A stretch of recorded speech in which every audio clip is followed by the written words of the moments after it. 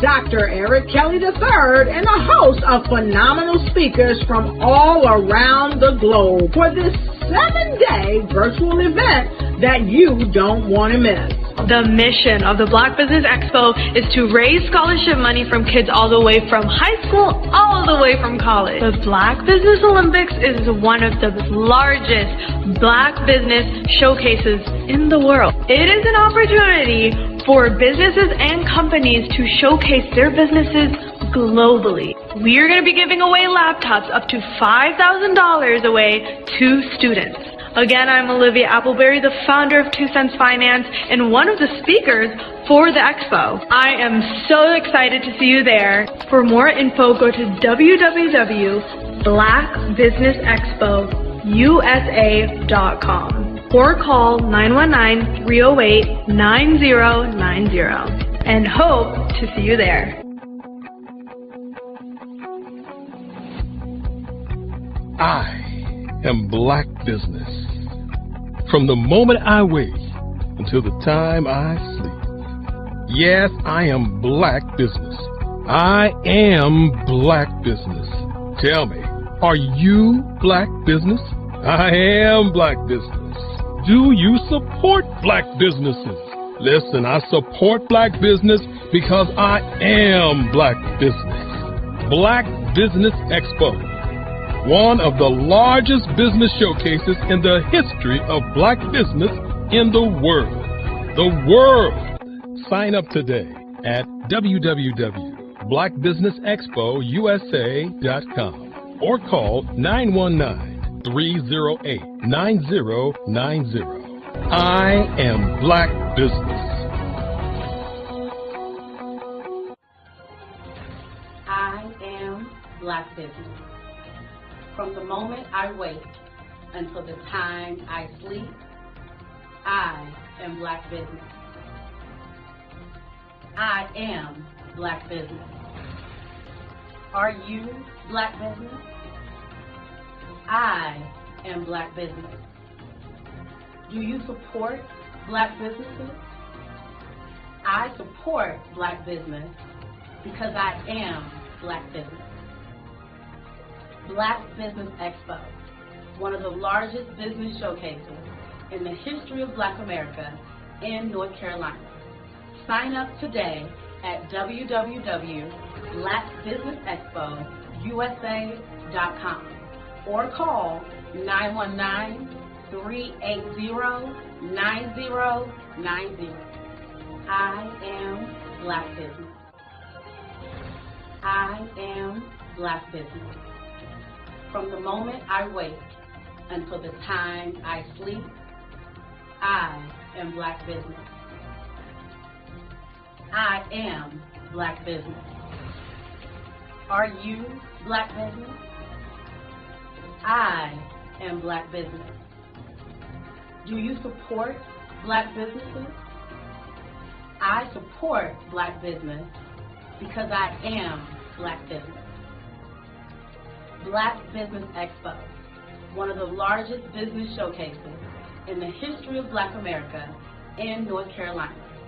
Sign up today at www.blackbusinessexpousa.com or call 919-380-9090. I am Black Business. I am Black Business. From the moment I wake until the time I sleep, I am Black Business. I am Black Business. Are you Black Business? I am Black Business. Do you support Black businesses? I support Black business because I am Black Business. Black Business Expo, one of the largest business showcases in the history of Black America in North Carolina. Sign up today at www.blackbusinessexpousa.com or call 919-380-9090. I am Black Business. Dr. Eric Kelly III, and a host of phenomenal speakers from all around the globe for this 7-day virtual event that you don't want to miss. The mission of the Black Business Expo is to raise scholarship money from kids all the way from high school, all the way from college. The Black Business Olympics is one of the largest Black business showcases in the world. It is an opportunity for businesses and companies to showcase their businesses globally. We are going to be giving away laptops up to $5,000 away to students. Again, I'm Olivia Appleberry, the founder of 2 Cents Finance and one of the speakers for the expo. I am so excited to see you there. For more info, go to www.blackbusinessexpousa.com or call 919-308-9090 and hope to see you there.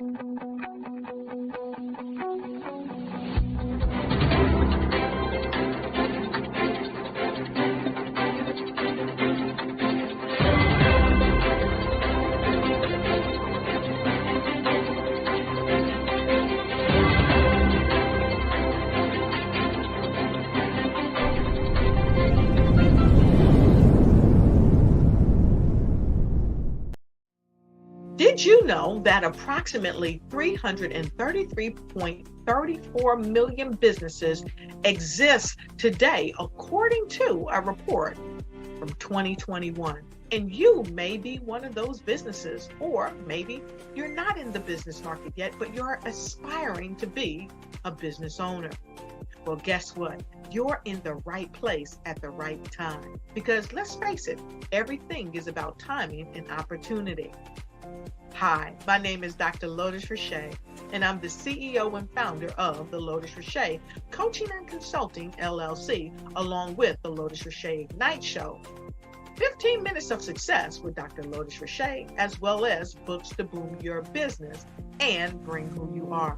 And today, I want to bring this amazing message to you about the Black Business Network and the Black Business Olympics.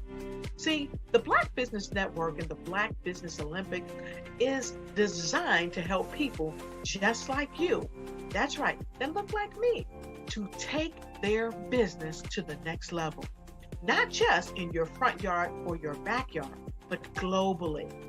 The Black Business Network and Black Business Olympics is designed not to just help you survive, but to help you thrive.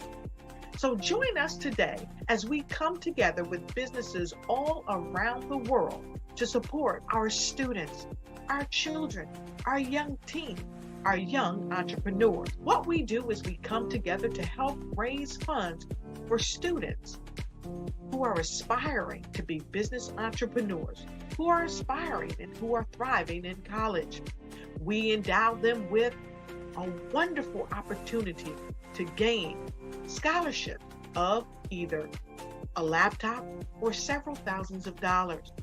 And we invite you to help be a contributor to this amazing opportunity to help someone that looks just like you. So join us today at our website and let us connect with you and help you ignite and take flight in every area of your life on the Black Business Network and the Black Business Olympics. I'll see you on the other side.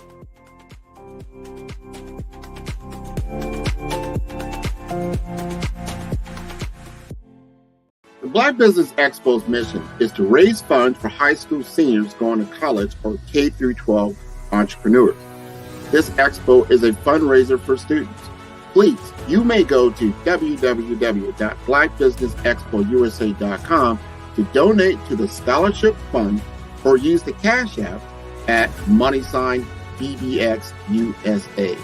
Our goal is to give laptops and up to $5,000 to 10 students. Students can register online at www.blackbusinessexpousa.com. Every dollar counts. Please donate to the Black Business Expo USA Scholarship Fund. Hello, I am Dr. Eric Kelly III, the visionary strategist and founder of the Black Business Olympics. I invite you to showcase your Black-owned businesses on the Black Business Network global stage. The Black Business Olympics is a global Black Business Network platform that propels Black-owned businesses into the international spotlight. By showcasing your business on the Black Business Olympics platform, you can reach a worldwide audience of potential customers, partners, and investors. You can also establish yourself as a thought leader and expert in your field, attract lucrative partnerships, and more speaking engagements. In addition, the Black Business Olympics platform provides a valuable opportunity to connect and collaborate with like-minded entrepreneurs and business professionals from around the world. This can lead to new business opportunities, ideas, and relationships. Finally, by sharing your story and expertise on the Black Business Olympics platform, you can inspire and empower others. This is a powerful way to make a positive impact on the world and leave a lasting legacy. If you are a Black-owned business owner, I encourage you to seize the opportunity to showcase your business on the Black Business Olympics platform. It is a once-in-a-lifetime opportunity to make an indelible mark on the world. Be one of the 1,000 visionary entrepreneurs who are changing students' lives, shaping industries, and leaving an unforgettable legacy for their families. Unleash your voice on our global stage and watch your business thrive. Black Business Olympics is one of the largest Black business showcases in the history of Black business in the world. Yes, the entire world. Just give me a call today at 919-308-9090.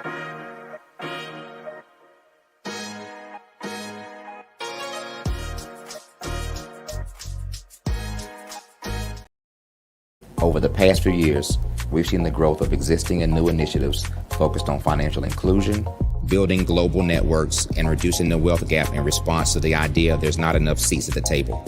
Whether their outcomes are to increase the representation of Black executives on corporate boards, ensure an inclusive global economy, or to create new U.S. African commercial pathways, the strategies are often carried out by separate programs. The question is, should they be? With the continent of Africa being home to more than half of the world's fastest growing economies, the youngest workforce, over 400 companies generating more than $1 billion annually, 700 generating more than $500 million annually that are poised for growth, and being the destination of nearly $5 billion in venture capital in 2021. Diversifying U.S. and Africa commercial engagement by building bridges between African businesses and their U.S. diaspora should begin being seen as mutually beneficial. From helping to reduce Africa's enormous capital gap to catalyzing two-way trade opportunities, the COVID-19 global pandemic hopefully has taught us that global challenges and opportunities are more interconnected than we thought. During the pandemic, African companies like Unicorn Flutterwave, insurance provider Reliance Health, ride-hailing app Yasir, and 54Gene, the continent's first bank of DNA on people of African descent, proved that when African companies have access to networks, capital, and information, they grow big, grow fast, and create solutions that are valuable to the world. This is why BDirect was created. We are the first U.S.-based but African-centric board preparedness and board search company designed to connect U.S. Black talent and corporations to African businesses. Unique and fundamental to BDirect's success is our process of helping board candidates adapt their experience and networks to an African context before they're connected to high-growth companies that are looking to locally and globally scale. From our focus groups with African business execs and government leaders, we don't ignore the sentiment that business is easy, but people are hard. Having a pool of board candidates with hard-to-access networks and extensive experience across the business life cycle, including successfully raising capital, is table stakes for an initiative like this. So yes, we have that. But corporate or entrepreneurial success in the U.S. does not guarantee success in Africa. Developed alongside industry partners on the continent, our training program, BDirect Prep, is designed to transpose their experience to create cultural comfort, understanding, and the commitment to helping businesses in Africa scale. Our board governance sessions are African, continental, and country-specific, integrated with cultural awareness and dexterity training, masterclasses led by African industry execs, and mentoring and coaching from African continental-based facilitators. But even more unique to BDirect Prep, We cap off our training program with an immersion trip to help candidates that have not been to Africa before see and feel Africa's complexity and opportunity from African soil. We all know traditional network-based board placement has historically left a lot of us out of ever really being in the paid board pipeline. Our strategy supports the work of many great organizations that are successfully filling seats at U.S. board tables by creating more tables for those that are still left on the sideline. It's time to start seeing the role and value of U.S. Black talent and businesses on the continent of Africa differently. Old perceptions and habits limit economic inclusion. Let's transition Black talent and the African businesses they will support from the periphery of the global economy to its core. Living in a global lockdown, we all know now how fast local and global economies can change and see the value of having businesses that hire, strengthen local value chains, and even grow globally. Status quo in any form holds back progress. We must democratize U.S.-Africa commercial engagement by socially and economically connecting cultures that have long been disconnected.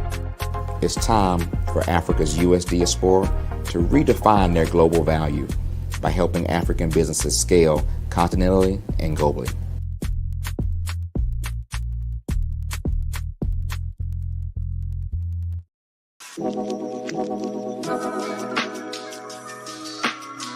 The African company and the African CEO is making a conscious decision to bring on someone external to the continent versus bringing on someone who is from Ghana or Kenya or South Africa. And so the skill sets of the people that we take through our executive leadership training program and ultimately on the placement, obviously have to be extremely high caliber. So what we look for are corporate executives at the vice president to C-suite level, as well as Black entrepreneurs. When we look at the Black corporate executives, we're looking for some very specific skill sets, whether that be around supply chain, sales and marketing, engineering, product development. We want our folks to be able to add immediate value to the corporate board, right? And the other thing is, even if they don't necessarily have specific industry experience, they're bringing a diversity of thought.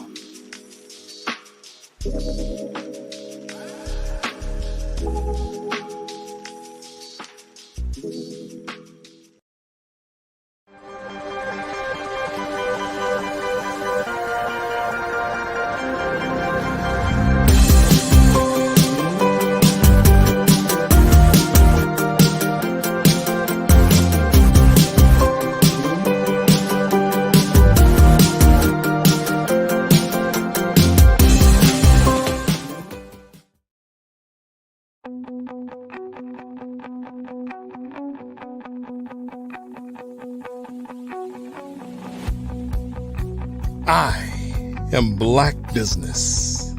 From the moment I wake until the time I sleep. Yes, I am Black Business. I am Black Business. Tell me, are you Black Business? I am Black Business. Do you support Black businesses? Listen, I support Black business because I am Black Business. Black Business Expo, one of the largest business showcases in the history of Black business in the world. The world! Sign up today at www.blackbusinessexpousa.com or call 919-308-9090. I am Black Business.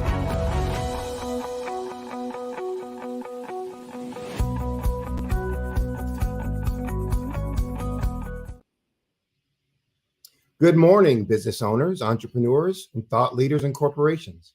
Welcome to the Black Business Network. My name is Sidney Wormsby. I'm the founder and chief CEO of Huertas y Decus, which is Latin for excellence and distinction. It's a business growth firm. I'm your business moderator for this morning on the Black Business Network. The Black Business Network is a 24-hour business network showcasing Black businesses, business owners, entrepreneurs, and thought leaders worldwide. We have speakers from North Carolina, London, Singapore, Africa, Japan, and cities all over the United States. The Black Business Network is a global community sharing its business knowledge to empower, to inspire, and to educate businesses about businesses. Our first speaker this morning is Pamela McKinney. Pamela is a founder and CEO of Business Concepts Accelerated, LLC, also known as BCA, which is a business and marketing consultancy that accelerates your business. BCA works at the CEO level of small and mid-sized businesses in support of startups, going next level in the ideation stage, individuals with a passion or phenomenal idea that is a solution to a big problem. Today, we welcome CEO, gifted strategist, Pamela McKinney, who is herself passionate to provide her multifaceted service that presents a world of opportunity in support of you and your business. Good morning, Pamela. How are you? Hi, good morning. Good morning, Sydney. It's good to have you here on the Black Business Expo. And it sounds like your firm is in full support of startups looking to grow their business. Is that accurate? That is very passionate in that area, and especially for marginalized communities where there may be, unseen roadblocks or systemic things that are in the way. I really look at the big idea that you have, because ingenuity has not been anything that's been short in the minority culture and Black businesses. It's just about sometimes just having capital to take it to market. And so that's where I'm really passionate is opening and cracking, those doors, busting those doors down. Okay. Well, I know you have a lot to say, and unfortunately, we don't always have all the time we'd like to be able to express our ideas. So I'm going to get out of your way so you have more time to be able to do it. And as we say, genius is common. I'll see you on the other side. All right. Thank you so very much. All right. Yes. So I did jump in because I am truly passionate about this topic of unlocking possibilities, because no matter what we have in front of us, the possibilities are sometimes in front of us and we don't recognize it as possibility or opportunity. And I just want to talk a little bit about that crack of the door. When you have a crack of a door, there's going to be something on the front side of the door and something on the back side of the door. And so how do we recognize those two perspectives from each side of the door? So again, I want to welcome you to this broadcast and this share that I'm very passionate about. My name is Pamela McKinney. I am CEO of Business Concepts Accelerated, where we accelerate your business. We're very passionate to see you win. That is what it's all about. And sometimes when we have big, bright ideas, we don't always look at all of the ways that it could potentially be taken to market. And my gift is that I can very quickly see your idea.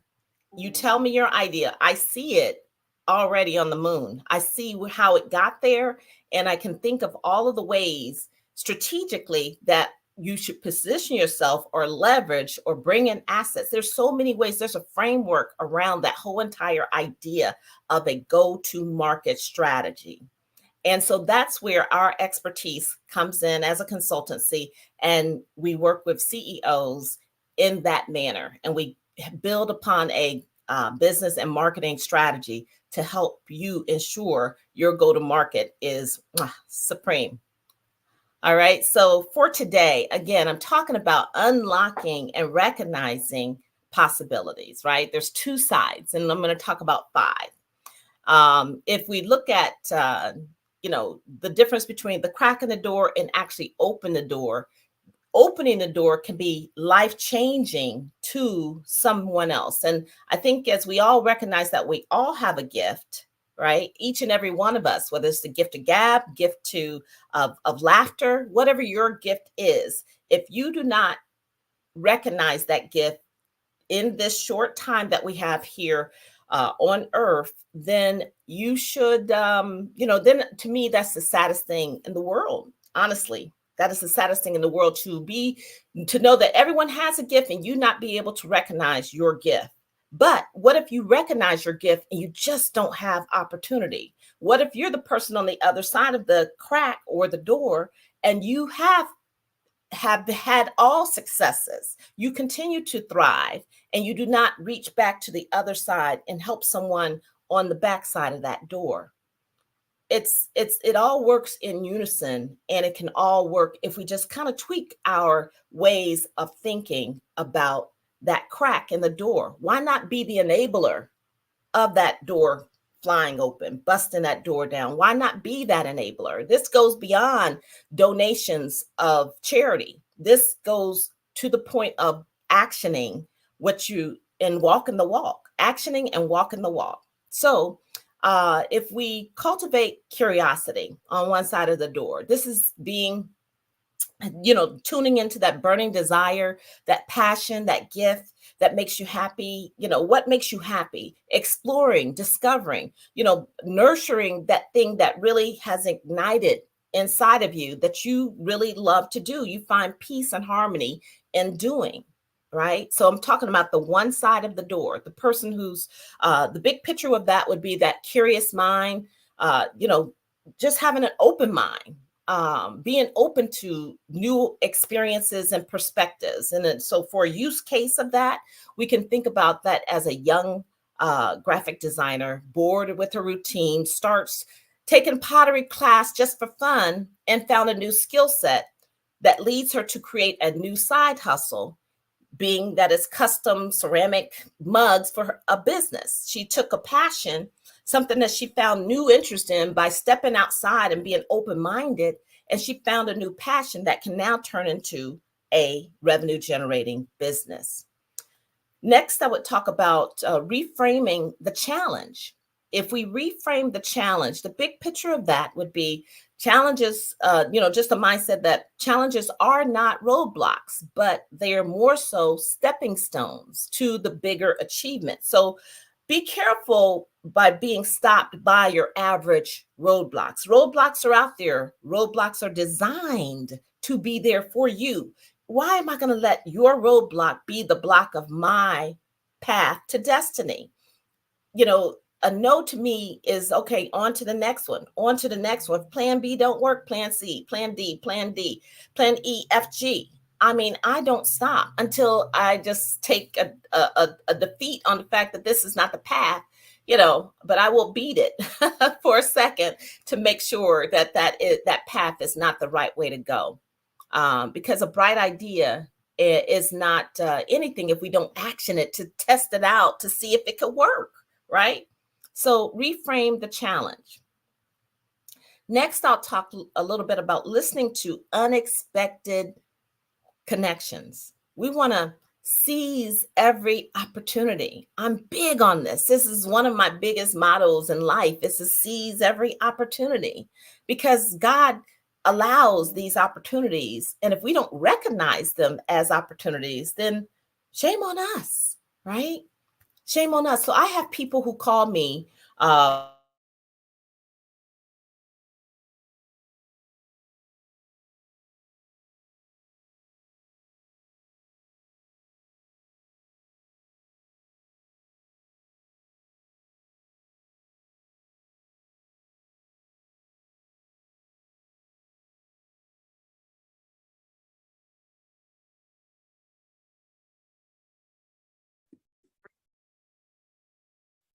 Hello, I'm Dr. Madeline Ann Lewis, President and CEO of the Executive Women's Success Institute.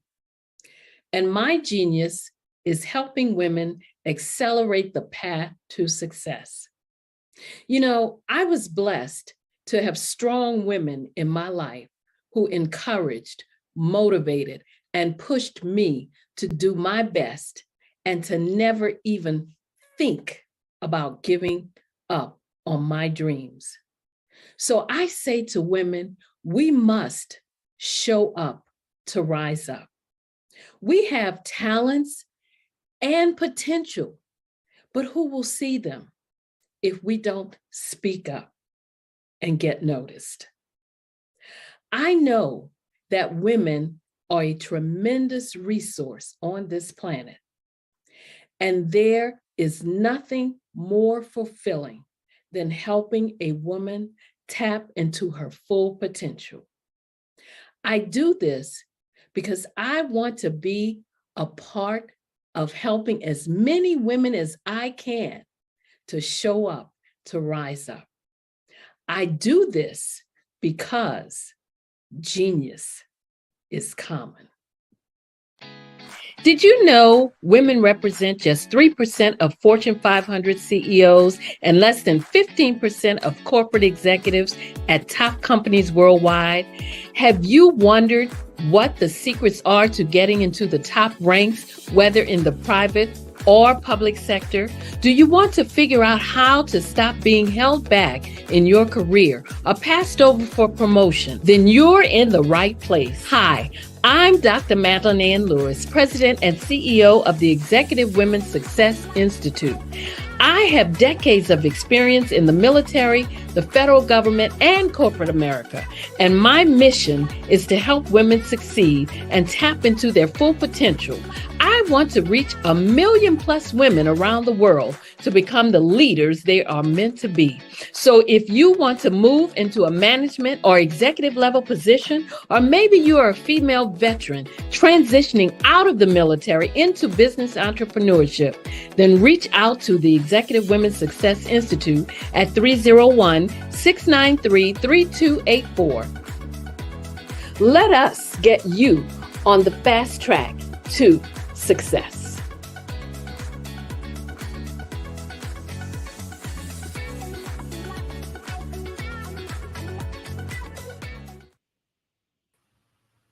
Welcome back, Ms. McKinney. We'll let you go right ahead. Thank you, sir. I apologize for that. My internet just kind of blinked out, but I appreciate being let back in, and I shall continue. So my last point there in regards to the one side of the door was really taking action. All right. So essentially, we have we've cultivated curiosity. We've embraced the discomfort. We've listened for unexpected connections. And we have, we're going to now take action, big or small, big or small. Every baby step that you take daily ends up being one giant leap forward. If we do nothing, then nothing will happen. So there are things as a small business, as someone who is, a startup or at that ideation stage, that there are certain principles that I believe we must do from day one. And that is why we offer our Startup Advantage. It's a one-day workshop where we go through those things that you need to think about as a startup. And from day one, especially if a year from now, 3 years from now, you're thinking that you may want to grow your business based on a venture, based on your venture that you want to take to the next level. And when I say venture, it's much more than wanting a renovation for your business. It's the strategy of growing your business, meaning that I have a proven patent. I have something that can disrupt industries. I have a big idea, a big solution to a big problem that affects masses of people. So those type of ventures, if you're starting off that way, and that is what you want to take to market down the road, then from day one, there are things you need to be doing and building. Your MVP is one of them, and we help in many ways in that area and getting you ready, as we said at the beginning. So the other side of the door, let's continue. The other side of the door would be that person who is already successful, and now I'm going to ensure that I'm helping someone else to come across or come through the door because they have a great idea. Why not make that connection? I will never understand. I have a list called the BCA Top 25 Founders to Watch list. It is my offering to private investors. I'm offering these investors 25 marginalized founders who have phenomenal ideas. They have proven MVPs. They've gone through our system, our programs of getting ready, being ready. These are ready founders, 25 of them. They have great ideas. What they don't have is the capital to take it across the finish line. That is what we're passionate about. And that's why we have our upcoming Pitch and Purpose event. It's going to be the latter part of this year. And we're getting all of that in line to give you the links to sign up as a founder who has a big idea and you want to get ready, feel confident to pitch in front of private investors. Private investors, we invite you to take our top 25 founders to watch list and preview that, because these are 25 minority-owned businesses and they have phenomenal ideas that align with sustainability and just so many other areas that I'm sure aligns with the passions that you have and that you might need in your portfolio. Okay, so now we're talking about the success side, the successful CEO. And, offering a hand to an up and coming entrepreneur may not be something that you can actively do. You can do that through BCA. All right, so that mentorship magic that you have, become a mentor. Share your experiences, your insight, your regular meetings, offerings, things, show them the how-to. That how-to piece of learning is something that people miss. I can go into a room, a workshop, and there's people on the stage that are telling me all of the secrets, the different strategies. However, there's something missing in that how to get started, in that step-by-step. What step do I take first, second, third? And we're very keen on that. Success. Point number 2, opening your network. Provide access to your network. Connect them with, resources and investors that could help them. There's many times that I pitch an idea and sometimes I feel like it's not received because there's the thought to help me with your resources is not there. The person that opens their resources and say, you know what, that is a damn good idea. Here's how I can help you. That is the person that I am. And that is the person I surround myself with, right? Those who hear your idea and do not support you in one way or shape or the other. It doesn't have to be with opening their database all the time. Just in a word, a check-in, things of that nature go a long way. So just opening your network and just being open to it. Thirdly, investment springboard. Invest in their venture. Someone who can invest a $5,000, investment bridge, or however that person, whatever they need in that moment in time, because the vision of the bigger picture is something that's going to cross that finish line. Sometimes being an investment springboard can be something that is life-changing to that person on the other side of the door, right? Fourthly, and I only have one more, is knowledge is power. For the knowledge that you have, share of your industry knowledge, how you built that book of business, giving talks, coming on, being a guest speaker on their behalf, anything that you can do that helps them in sharing your knowledge, being on their board of directors, those types of things helps another person on that other side of the door to propel in business. Small things, but you can do it as a successful entrepreneur to reach back and help the other. We can help one another.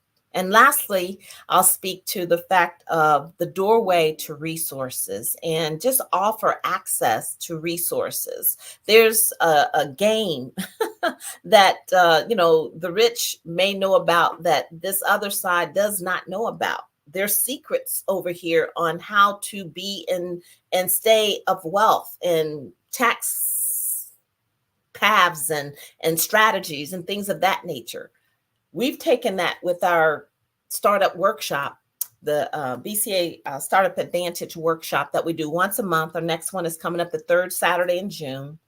And we look at some of those strategies and we pull them in to give it to the startup entrepreneur, that person at the ideation stage. So open that doorway to resources, right? So top 5 things in regards to being on that side of the door. The successful side is the mentorship magic, opening the network, investment springboard. Knowledge is power, and sharing of knowledge should not be something that impedes you in any way. Share your knowledge, and then opening the doors of resources. So those are, just my thoughts on really unlocking opportunity, unlocking possibilities. No matter which side of the door you're on, that crack can be a wide open door that benefits both sides. It's like a marriage. The husband and wife have to come to the middle. Why can't they come to the middle, collaborate, grow, in life together? It's like the political sides, the blue and the red. And why can't we come together and do what's for the betterment of all? Why can't we do that? If everyone is able to level up, and this is truly the land of opportunity, why can't it truly be the land of opportunity? Why can't there be a United States of America? It's just an interesting dynamic as we find ourselves. But we as entrepreneurs will continue to support you, support one another. BCA is here to support you in your growth, your startup, your passion, your idea that you have that can solve big problems. You just don't know where to go with that. What is the next step? What is the first step that I should do? Right? So we're here to help in any way, shape, or form that we can for entrepreneurs out there. So thank you so much. I'm so grateful to the Black Business Network and the Black Business Olympics. So thanks again. I'm Pamela McKinney, and I'll see if I will be chimed back in and take it from there. Great information, great insight. We have a couple minutes, so I'd like to ask you a few more questions about what you do, how you do it. Yes. So first, do you work only with startups, or do you work with kind of ongoing companies as well? I work really with small to mid-sized businesses and those at the ideation stage primarily. But the gift that I have to give works at any and all levels. I'm really pretty good at it. So it works for anyone that has a great idea and wants to know how to take it to the next level. Okay.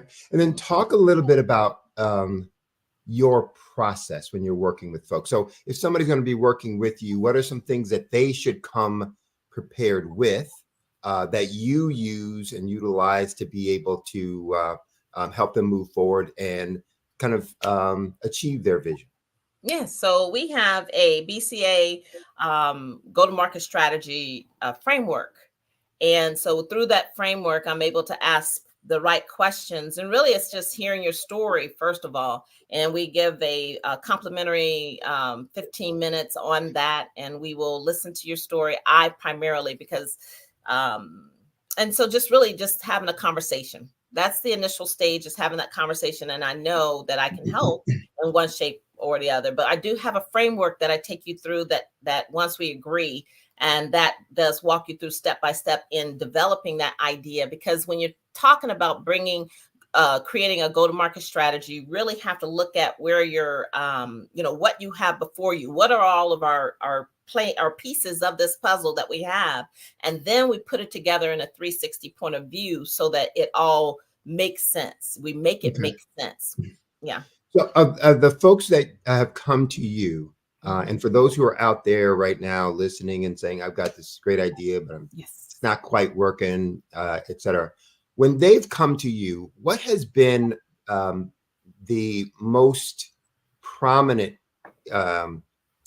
deficiency that you've seen for them that has them blocked or has them incapable of moving forward? Talk a little bit about that. Man, that's a powerful question because it can come from anywhere. Mhm. Sometimes you have to solve that problem first, and sometimes it might be fear. Mhm. Sometimes it might be just the fact they just don't have creative. That wasn't their gift. Their gift Mhm. was in the analytical side. It's not how do I take this to market. So they're not thinking from that creative, all possibility point of view, and so you can show them that roadmap. It could Mhm. be from a point of view of just resources, lack of resources, systemic roadblocks. There's so many reasons why someone is not able to move something forward, or it just could be a fleeting thought. I've been sitting there, with a girlfriend, and she says an idea, and I'm like, man, that really can solve a big problem. And already I'm sitting on the moon, waiting for her to come, like, let's do this. And it's not for everyone Right. to take a big idea to market. It just may be that, everyone's not supposed to do that. Everyone has a role to play, and your every role is important. Okay. Now, do you work with folks only in one geography? Do you work with folks across all geographies? We are global. We are global, and like our pitch and purpose event, I've done 3 pitch events where we introduce founders to investors. We match what you have and what you're looking for. We match that so that you have Mhm. a better probability of being funded. But this one, we've partnered with a nonprofit organization, and with that, it's going to just be phenomenal. I'm just so excited about it because there's 2 ways that the founder wins from this event. But nonetheless, um, we accept private investors who do business globally, as well as founders who want to do business globally. Okay. So it is a global endeavor, and we service all. Now, in regards to our day-to-day strategy thinking, that is global as well. I have founders that I work with globally from Africa primarily. Okay. Well, I have it on my mind, let's connect after because there's a couple of groups that I think would be good for you to connect with, Oh, phenomenal. based on some of the folks that are there for startups, as well as investors, et cetera, where you might be able to find some people of in need of what you're doing, et cetera. So let's connect outside of this. That would be great. Another question, though. Yes. Talk about maybe tell the story of a business that you helped that you think most reflects your style, your approach, the kinds of things that you do with folks, et cetera, et cetera. Well, I guess I can be my own example. So, one of my clients that I've worked with for about 3 years, he himself, I work primarily. In addition, I'm multifaceted. So one of my day-to-day jobs is in support of high venture capital kind of individuals who are just always on the go. And I'm the Mhm. right-hand man, the Mhm. right-hand woman. And I help in strategy. I help in if they need custom term sheets or whatever they need, I produce those things. So I am an executive partner in several of my clients that I support, and had a client. And so he's involved in various ventures on his own. And one of the ventures was with a manufacturer who is selling their IP. They are not already in the marketplace. They are in the works of selling the secret sauce of this, forward thinking advanced technology. And so Mhm. I say to my client, hey, would you be open, and would the manufacturer be open to me to pitch to take that product, the secret sauce, and white label it and put it in the marketplace through Amazon? That way, we give that product, even though they're selling it, some value to the new investors that they're selling their IP to. So they went for it. They went for it. So I was in turn able to now create a new company. And this new company will white label 3 high performance coatings to the global marketplace. Uh-oh.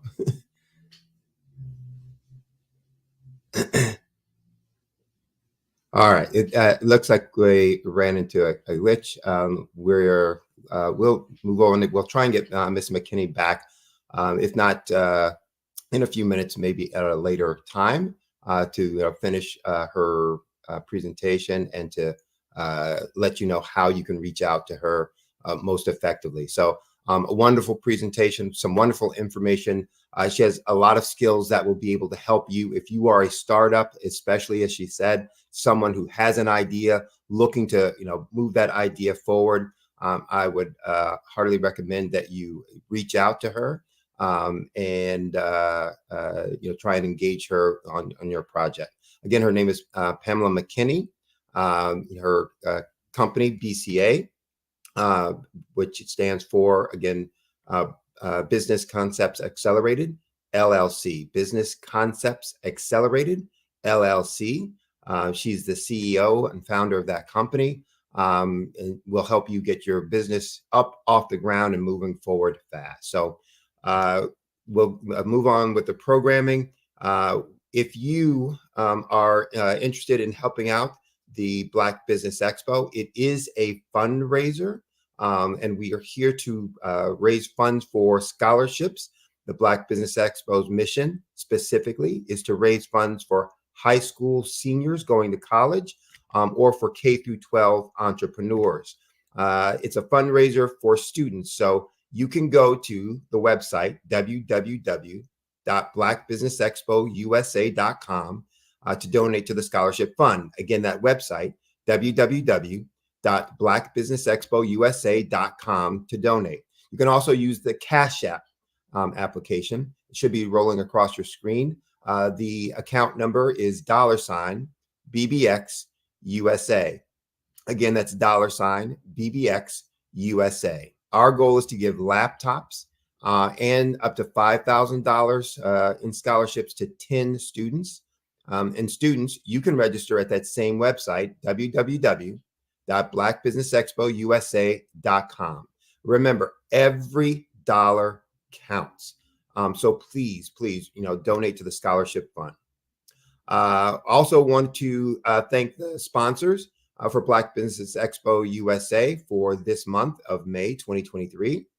Those sponsors include NC100, Moody Capital Partners, Suede Soul, Lotus Richer Coaching and Training, Carolina, Virginia Minority Supplier Development Council, Step Management, Barbara H. Smith LLC, Margie McLean Foundation Inc., Genius is Common, Earth Essentials, Milani Shani Global, Executive Women Success Institute, The Quality Coaching Company, Superwoman Business Services, Creative Force Studios, Lee Entertainment, Artistic App Design, and Black Business Expo USA. I did see that Ms. McKinney came back in. Apologize for that. If you wouldn't mind, though, Pamela, giving folks out there the best way for them to reach you, whether it's website, phone number, or whatever. Yes, indeed. And I apologize for that. I don't know what's going on with my internet this morning, but the last thing that you asked me, I just wanted to close that out real quick because I thought that was such an awesome question in how, some examples. And I just want to give one more quick one if we have time. In addition to my now opening up a whole new world of white labeling for seeing the vision that this is a possibility and stepping through, asking, can this be a possibility? And they say, yes, now we have the possibility and it's real. Another example, Sydney, is it okay for me to share this other example? Do we have time? Absolutely. All right. So the other example is I classify it as being fired by one of my founders whom I've supported it over the years on their venture. They're looking for $80 million, right? And so the founder calls me and he says, hey, this is what is going on now. We've changed our business strategy and our model, and this is what we're doing now. And I say, so the MVP that you did before does not support your current and new go-to-market audience, your target audience, your previous MVP. So you need to recreate that MVP. And so for folks who are not familiar with the terminology, define MVP. So the MVP is your minimum value proposition. So this is how you show that the market is interested in what you have to offer. Right. If I can have the biggest and greatest idea in the world, but if nobody shows that they want it, then what good is it if there's no market for it? So I'm proving to an investor that there's a market sitting there waiting for my big idea to come to market. So I tell him, that we have to recreate a new MVP. I tell him also that it's an interesting MVP because it you're changing people's mindsets. You're shifting mindsets. So your marketing needs to speak to that. It needs to, grab someone, stop the scroll, all those great things, evoke emotion, make me want to participate in what you have. And so that honesty, and also explaining that, you're asking for $80 million for this. And an investor may say, have you ever managed $1 million? How am I going to trust you with 80 million? There's so many questions that people have to really realize. And I think it was just a little too honest in his face. So I just felt that I was a little hurt by that, but I am very honest in what we need to do and how to get there. So, well, and you're making a great point in the sense that, and I've worked with, based on, focus on business growth. And although I work with startups, I'm kind of the opposite with you. Although you work with others, startups and new ideas are your thing. I tend to work with folks that are existing and grow them, although I do work with startups as well. But there is a need for directness. And this is not about being rude. It's about being honest, direct, because you can't help someone move forward if you're not going to be honest about where they're at and what they need to do and how they need to do it, or the things that are holding them back. And so it takes, if someone's going to be successful, they need to be open to that information and feedback so that they can make the right adjustments. So, whatever happens, whatever the consequence of that, that's the consequence. Okay. But it's a powerful thing and a powerful statement for you that says, hey, you're willing to stand on those convictions. So. Yeah, and I'm here for you. At the end of the day, I'm here for you. So I think it's great advice. I stand on my advice in those points. So, but thank you. I agree. But how to get in touch with us? We're BCA B2B Live. BCA, Business Concepts Accelerated, B2B, we service B2B, and on all of our channels, Instagram, it's BCA B2B Live, and you can find us there. We have a new website coming out very, very soon. I think it's the next 10 days, which is bcaceo.com, bcaceo.com, so keep an eye out for that as well. So I'm Pamela McKinney, and you can email me, just reach out. We're always here. All right. Well, I appreciated you being on. I'm sure everybody who's been listening to you has appreciated the info and the insight. And again, do reach out because I have a couple of groups that I think may be of benefit and importance for you in terms of identifying both investors and potential clients. And would love to be able to help you and support you in whatever ways you can. So, and for those who are out there listening, please reach out to Ms. McKinney and take advantage of all of her insights and experience. So, as we say, genius is common. We'll see you on the other side. All right. Thank you.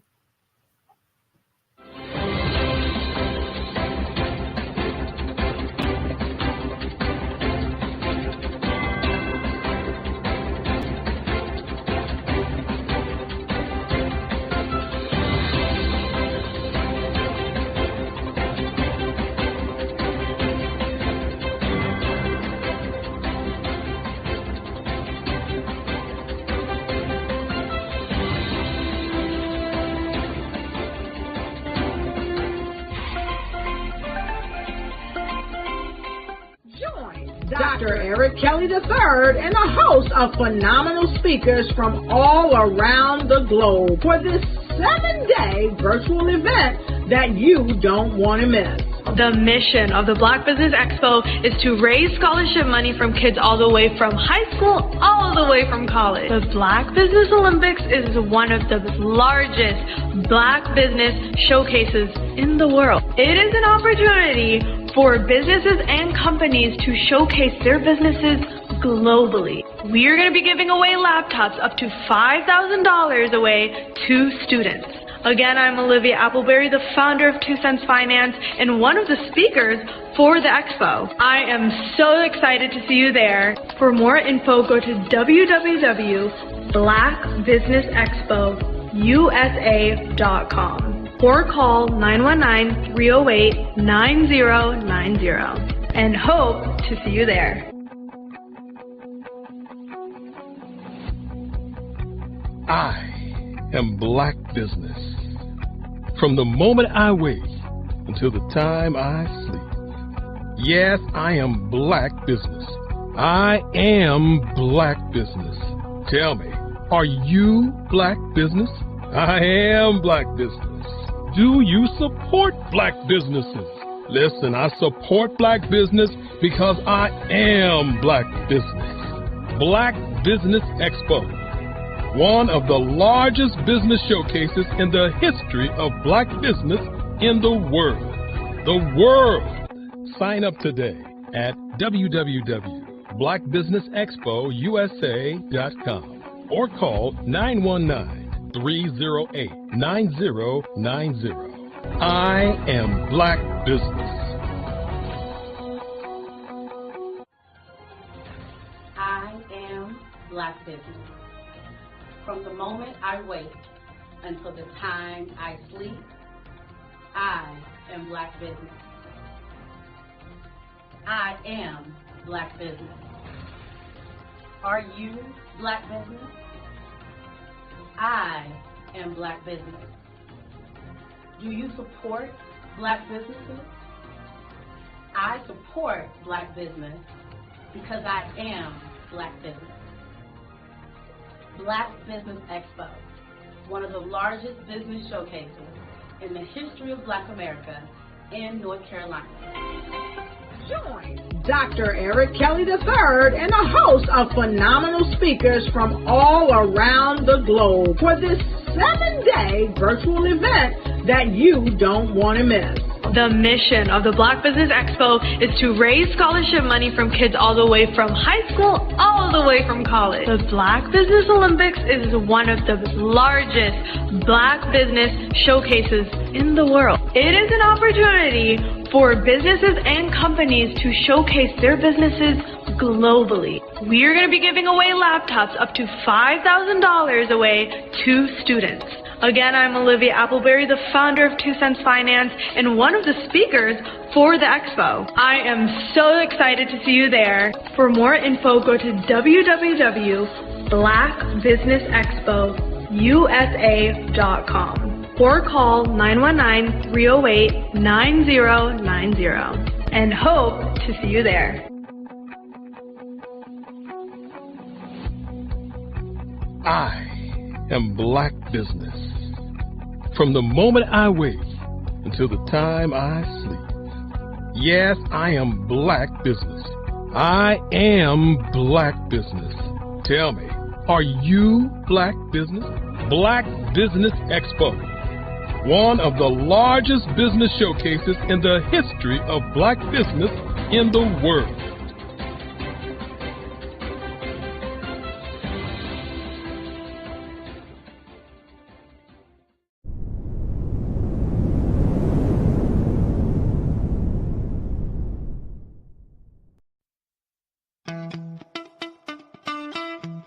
How many times have you been asked to help someone you didn't even know, a student, a business entrepreneur, or did you ever even ask, where did they end up? That business, that friend, that entrepreneur. Well, just maybe they ended up in a gang, bankrupt, homeless, or worse, dead. Maybe they turned to crime, drugs, and alcohol. Did you ever wonder? Did you destroy their dream, or was your life always so easy? At the Black Business Olympics, we started a movement to help students complete. Give them hope and foster success. Help them to leave their dreams of providing laptops, computers, and up to $5,000 in scholarship funds. Today, we ask you to help a student, a business owner, or an entrepreneur to realize their dream by sponsoring them, supporting them, and buying from them. Consider this. With $1.6 trillion in our Black community, we only ask for a small donation for our students, our businesses, and our entrepreneurs. And you can change a life today. So I ask you, what are you going to do? Sit on the sideline and watch our students in high school be losers, miss out on their dreams from lack of resources? Or are you going to donate to the movement and change their future and yours as well? Give us a call today at 919-308-9090. Change their life by investing with action to the Black Business Olympic Fund. The Black Business Olympics, one of the largest business showcases of Black business in the history of the world.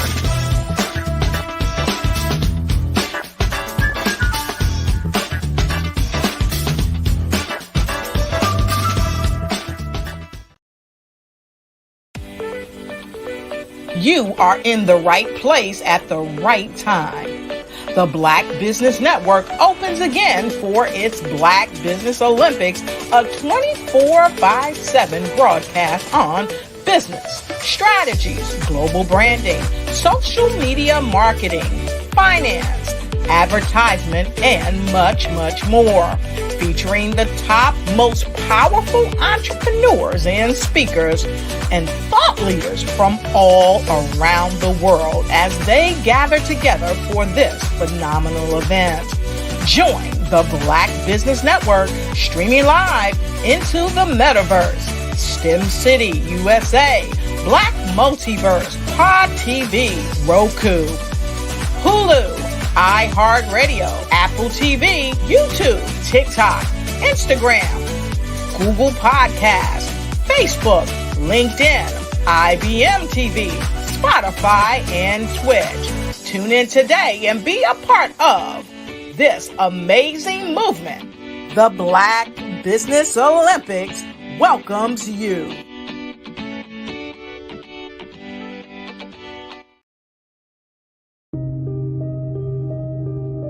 The Black Business Expo is changing my life. This year, they are giving away laptops and even $5,000 in cash to students just like me. I'm Alexis, and I want to go to college to fulfill my dream of becoming an entrepreneur. Help the Black Business Expo going to www.blackbusinessexpousa.com and also becoming a vendor, a sponsor, or donating.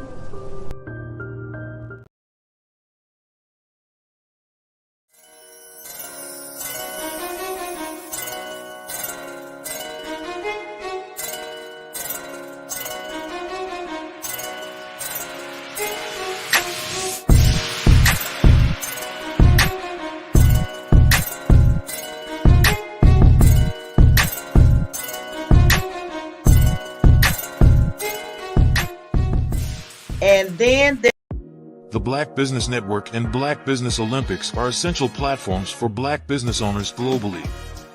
They provide the tools and support you need to succeed in today's competitive marketplace. Join us today as we collaborate together with businesses from around the world to support our children, students, and young future entrepreneurs, Black businesses and corporations. We raise funds for students going to college and young entrepreneurs who are aspiring to be business owners, and we invite you to be a contributor today. Visit the website www.blackbusinessexpousa.com to connect with and learn more about how the Black Business Network and Black Business Olympics can help you not only share your amazing business story to businesses, but also serve future generations.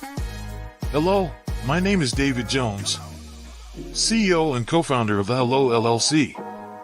where we help businesses build a culture, brand and experience, and leverage technology to pivot into Web3. Join the Black Business Network streaming live into Roku, Metaverse, STEM City, Black Multiverse Enterprises, Hulu, YouTube, iHeartRadio, Apple, Facebook, LinkedIn, Spotify, Twitch, and Google Podcasts. Tune in, turn on, and let's thrive.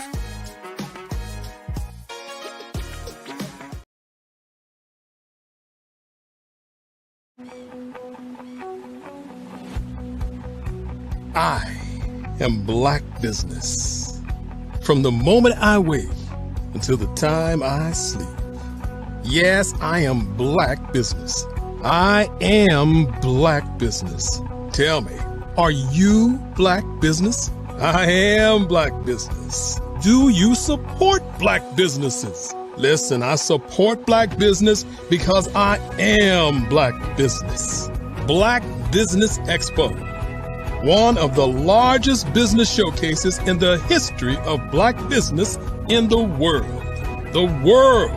Sign up today at www.blackbusinessexpousa.com or call 919-308-9090. I am Black Business.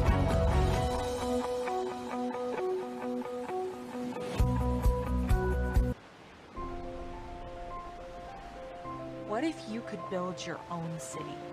A place where every child can find nurturing people to help them achieve their full potential. A place where every adult can access job training support, where health education is abundant, where social justice ruled the land.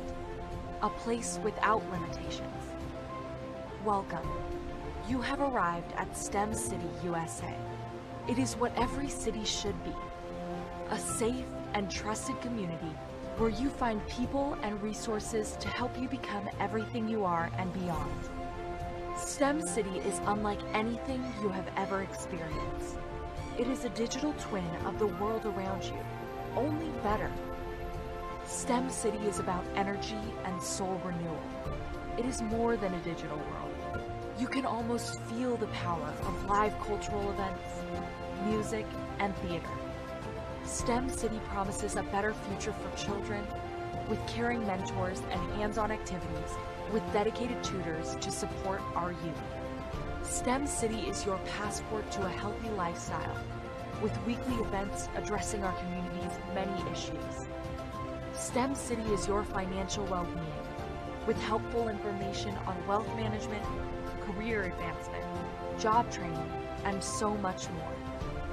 STEM City is the community you deserve. It is the city where your dreams can come true. STEM City USA, a place in the sky that is accessible to all who reach for the stars.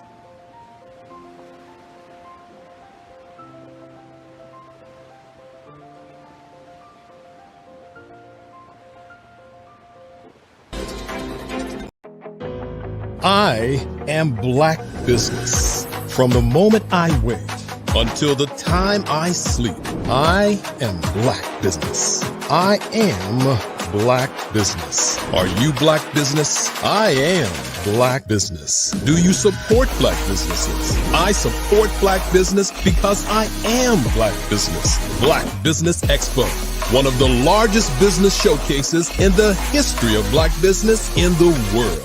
Sign up today at www.blackbusinessexpousa.com or call 919-308-9090. I am Black Business.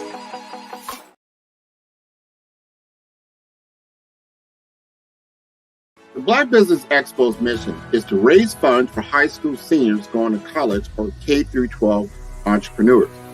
This expo is a fundraiser for students. Please, you may go to www.blackbusinessexpousa.com to donate to the scholarship fund or use the Cash App at $BBXUSA. Our goal is to give laptops and up to $5,000 to 10 students. Students can register online at www.blackbusinessexpousa.com. Every dollar counts. Please donate to the Black Business Expo USA Scholarship Fund. I was born in a little village on the island of Haiti. Many deadly diseases pounded me. It is as if they were on a mission to end my existence on this earth. I refused to give up. In 1983, I left Haiti and came to the United States of America. And I came with $5, 2 shirts. I didn't speak in English. I came to Atlanta. I got a job. I was a doorman. I was a doorman with a dream. What I used to come on stage. I'd rehearse this moment that I'm standing in front of you. That's the power of a dream. Maybe today is the day you begin acting as if you already have it. And then step out with full force. Take a risk. No condition is permanent. Don't let your situation distract you. You are chosen. You are called. You are born for a purpose in this life.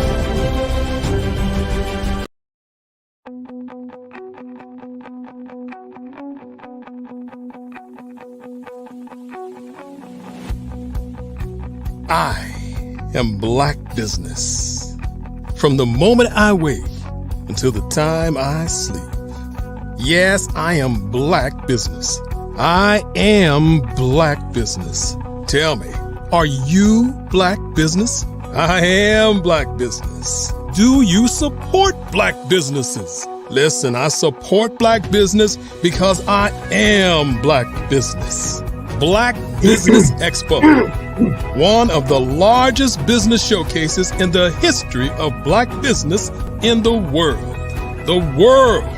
Sign up today at www.blackbusinessexpousa.com or call 919-308-9090. I am Black Business.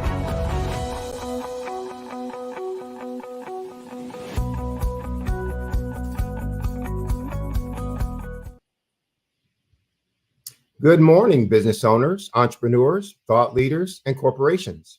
Welcome to the Black Business Network. My name is Sidney Wormsby. I'm the founder and CEO of Huertas e Decus, which is Latin for excellence and distinction. We are a business growth and improvement practice. So I'm your business moderator for this morning on the Black Business Network. And the Black Business Network is a 24-hour business network showcasing Black businesses, business owners, entrepreneurs, and thought leaders worldwide. We have speakers from North Carolina, from London, Singapore, Africa, Japan, and from cities all over the United States. The Black Business Network is a global community sharing its business knowledge to empower, to inspire, and to educate businesses about business. Our next speaker on the stage this morning is Dr. Barbara Wright. I'm going to ask if Ms. Wright or Dr. Wright can step into the onto the stage, and I'm going to do a quick interview just so she can kind of introduce herself, and then let her get on to her talk.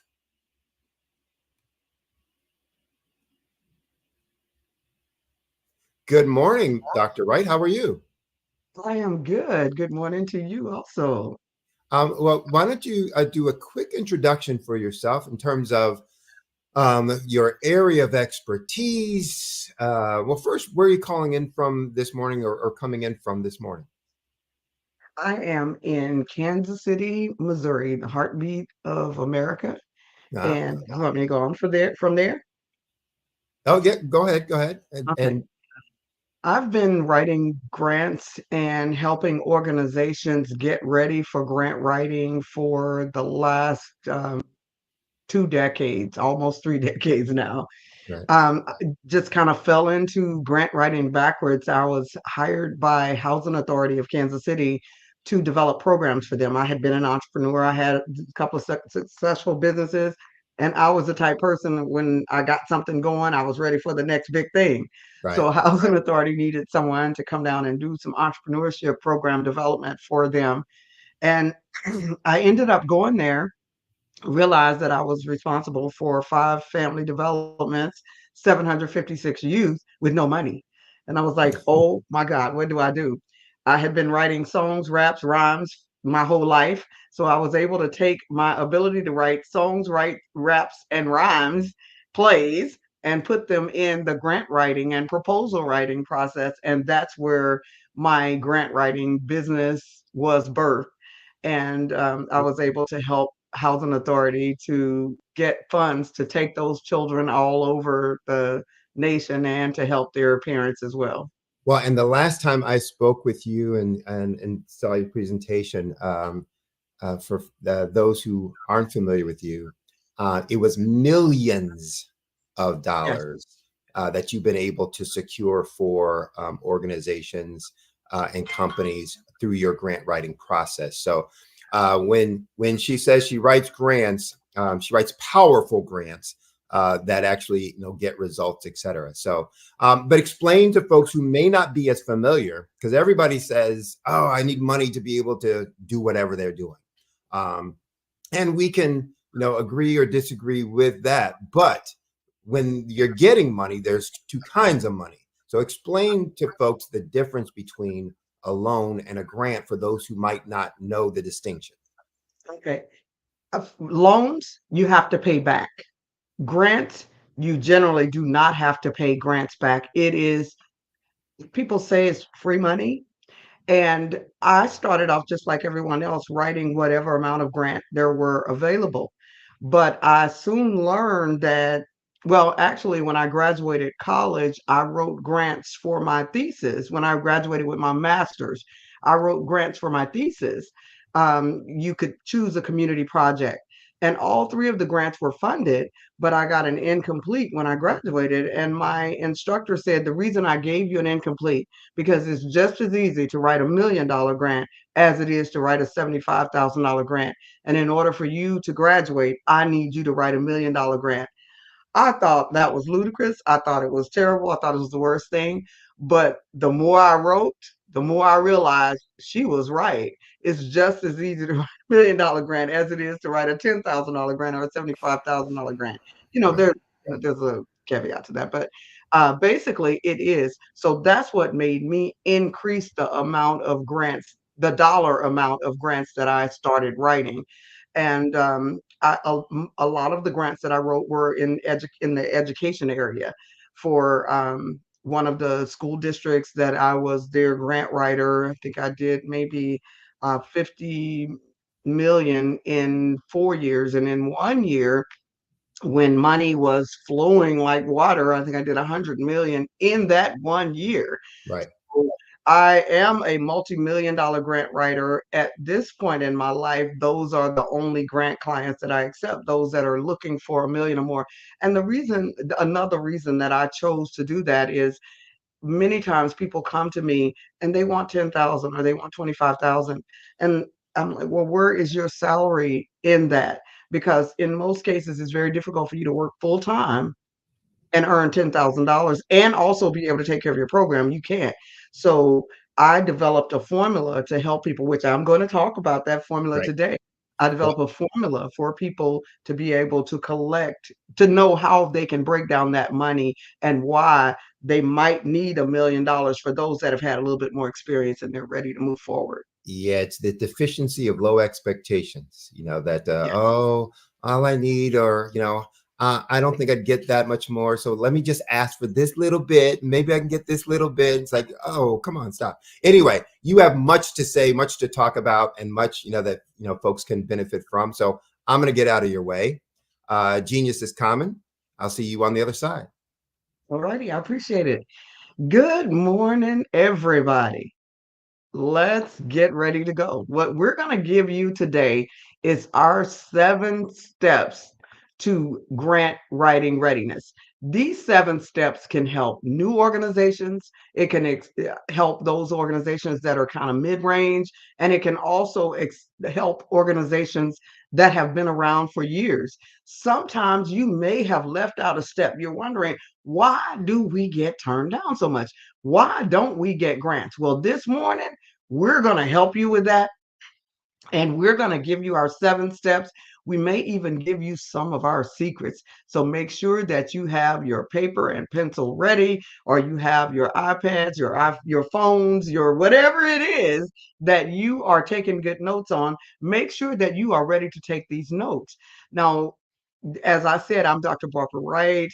I have been writing grants for years and helping organizations to get ready for grant writing for years, because that is half the battle, making sure that your organization is ready to write. We've been doing that for years. So we're going to help you this morning know how to dot your I's and cross your T's to get ready. So the 7 steps of grant writing starts with research and strategic planning to win grants. That is the first step, research and strategic planning to win grants. Our second step is going to be the make you or break you of regulatory requirements. Our third step is starting or restarting your organization with credibility. Our fourth step to great grant writing is developing your quality brand identity. That's your website, that's your logo, that's your documentation, your AI platforms, whatever it is that you're doing to develop your brand identity. Establishing the right collaborative partnerships is number 5. Number 6 is building the scalable operating budget for sustainability. And number 7 is tools and strategies to prepare your grant writing team. Once you have all of this together, it is extremely important that you get your team ready for grant writing. So those are the 7 areas in our book called Getting Ready for Grant Writing, which you can find on our website at certifieddreambuilder.com. We're just going to scratch the surface with you this morning, but our workbooks are instant download on our platform. And when you do download those workbooks, they are packed full of extra links to where you can click. If it says the word research and it's underlined, you click that word and it takes you out to more information about research, strategic planning, whatever it is we're talking about. We have embedded information in there to help you even more. So the books were ahead of their time. they are ahead of time. Now that you've got AI that kind of gives you more, my books were developed before the AI, and they were ahead of their time. So it's what we're covering today is getting ready for grant writing. So let's just jump in and get started. So we're going to start with section 1, which is the research and strategic planning. One important area for people who are just starting with grant writing. There are several things that you need to do in order to develop a winning organization. You want to do organizational research and development. You want to know what program, product, or service you are going to deliver. What program, product, or service are you going to deliver or provide? What program, product, or services are already available in your feasibility study, in your research? You're trying to figure out what is already available. You now know what you're going to deliver, but what's already available, because maybe there's an abundance. I had someone talking to me about childcare in a certain area the other day, and I said, have you checked to see if that area is a daycare desert? If it is a daycare desert, there's more than likely state money, federal money, local money to help you in developing that childcare center. But if you have not checked to see if there's a daycare desert, there may already be an abundance. So you want to know what's already available as well. You want to know what additional programs, products, and services are needed. So it's almost like determining what your net worth is, how many there are, minus how many, what you're trying to do minus how many there are already available will tell you whether or not you need to establish another one. So how many are there available? What is it that you plan to do? Are there any differences? Then that tells you whether to jump. You don't want to jump into starting a business if you have not done that strategic planning and you don't know whether or not there is a need for another widget, or does your widget bring something to the table that everybody else does not? So that moves us into the evaluation of our final ideas. Once you realize, okay, this program, product, or service that I want to bring to the table is a great program, product, or service, there is room for me to bring my program, product, or service to market. So how do I evaluate my ideas? You want to make sure that you do that feasibility study. You want to compare what you're doing to what other people are doing. And you want to make sure that you determine who you're going to serve. Who's your audience? Now, in the business world, they use the STP approach. That STP stands for segmenting the market, targeting who it is that you want to serve, and then positioning yourself to serve them. It's no different on the nonprofit side. I tell people all the time, the only difference between the nonprofit and the profit, not the only difference, but the major difference between the nonprofit and the for-profit is that the nonprofit has surplus and deficit, the for-profit has profit and loss. If you look those words up, they basically mean the same thing. So it is important for you to understand that there is not a lot of differences. Now, nonprofit organizations do get some government perks to where they may not have to pay certain taxes, and they may not have to pay taxes on the building that they purchase. There are some benefits, but basically there are a lot of commonalities. And one of them is that STP approach. So when you segment the market, who are you going to serve? And then how are you going to target them? And how are you going to position yourself to where they can find you? The difference between a Nike and any other shoe is Nike did marketing. They may not have owned any shoe factories, or maybe they were a part owner of shoe factories, but they may not have. And Apple's iPhone may not have necessarily owned their factory initially. But what did they do? They marketed their program. They marketed their phones and made everybody feel like their phone was coming out with something new and they were going to have the best phone. So we all went and bought those phones. We went and bought, and still do buy, the Nike shoe. And it was because of that STP approach that we bought those things. And you have to do the same thing in the nonprofit. So also in that first step, making sure that you know your 5 W's: the who, the what, the when, the where, the why. Who are you? What are you providing? When are you providing it? Where are you providing it? Why are you providing it? That includes supporting everything you say with statistics. And then the ABCs and best practices. What do I mean by the ABCs?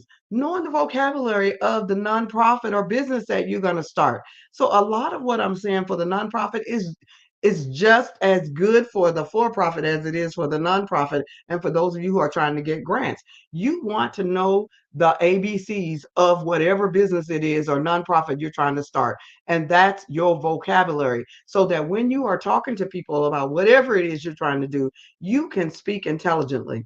And then and you want to know the best practices. What are the best practices in the area?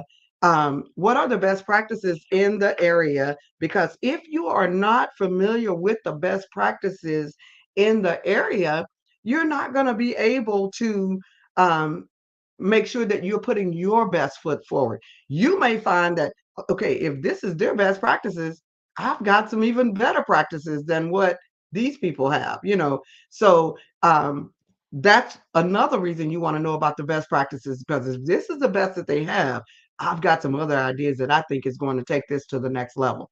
The SWOT analysis is the next thing you want to do. That SWOT stands for strengths, weaknesses, opportunities, and threats. And many of us have already thought of the SWOT analysis. So we know what that means. That's not a big deal. But where I find that people fall off the wagon is when it comes to the pestle analysis.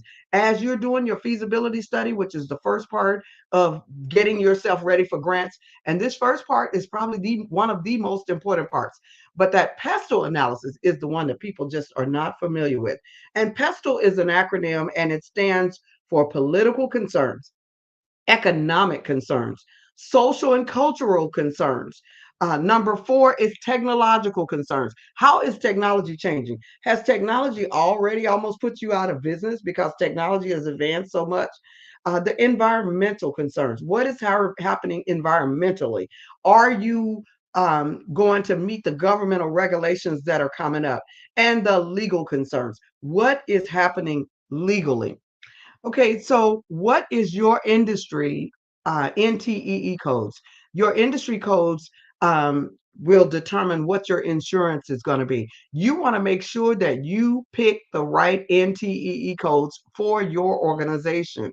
What are your NAIC codes? Those are some other your industry codes that you need to know.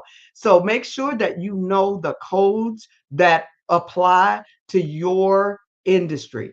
So that's it for our first section. In the first section, we want you to be able to develop your mission, vision, and value statement by making sure that you have done your strategic planning.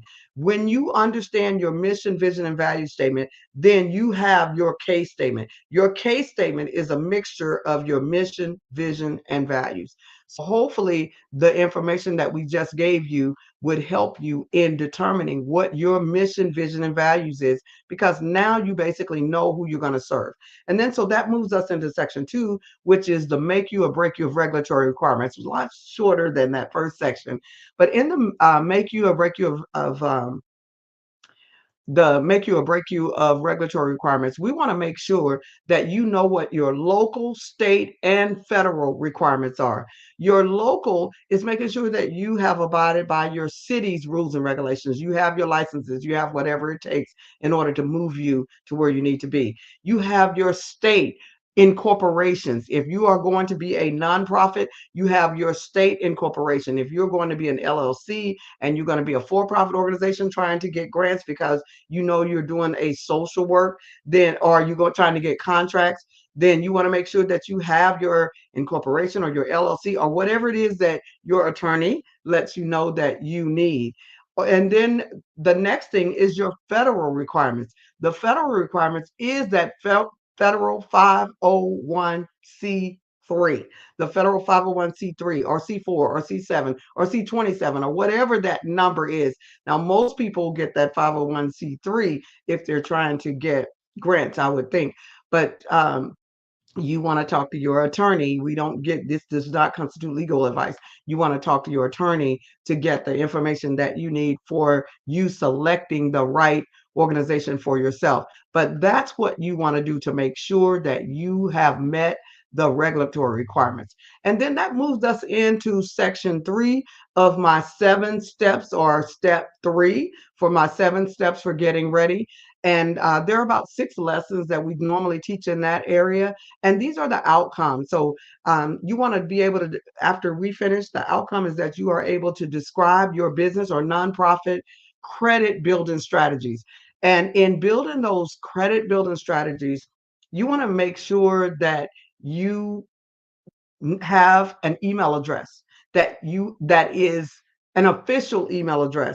I don't mean at Yahoo or at AOL or at any of those places.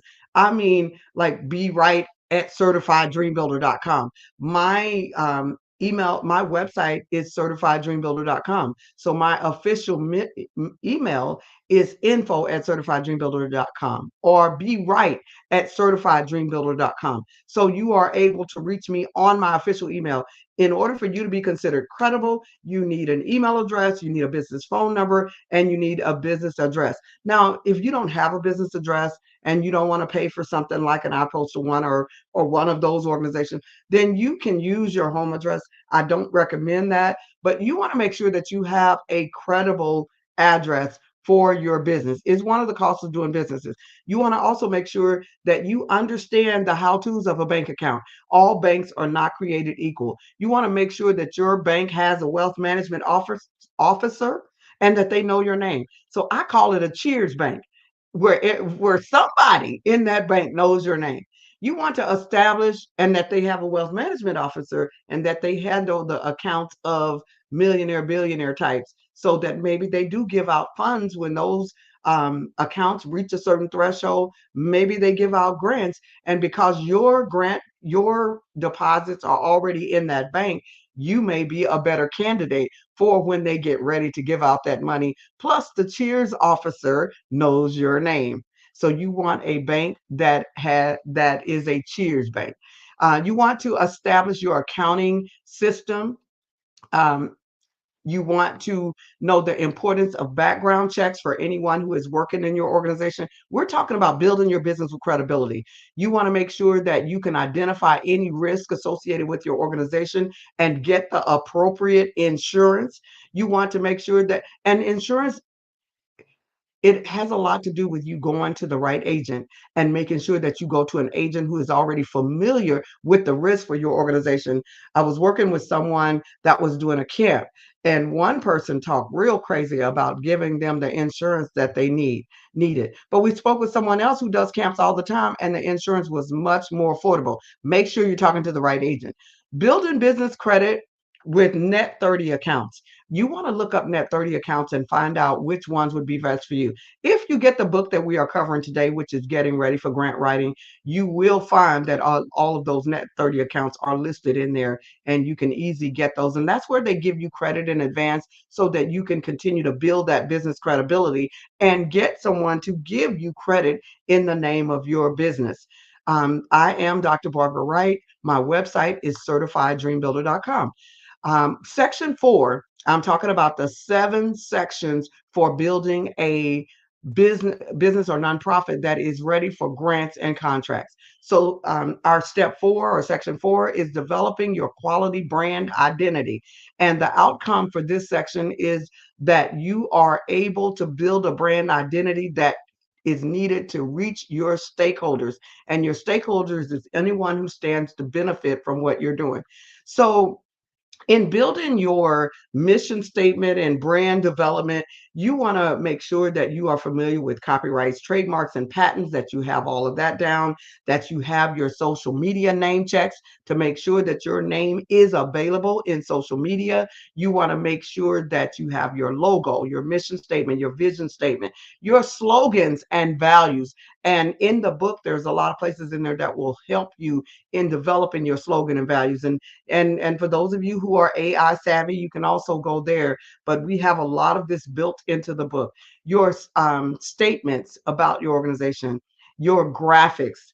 You want to make sure that you're picking the right graphics for your organization. I know some of you guys are using Midjourney, some of you are using other opportunities, but you want to make sure that you pick graphics, and you want to pick graphics that are truly available and that you're not using somebody else's graphics. And once you start making money, they come back with a lawsuit. So make sure that you are checking that. And your platelets, that you have the right color scheme, that you know what your color schemes are for your organization. Again, I'm Dr. Barbara Wright with Certified Dream Builder.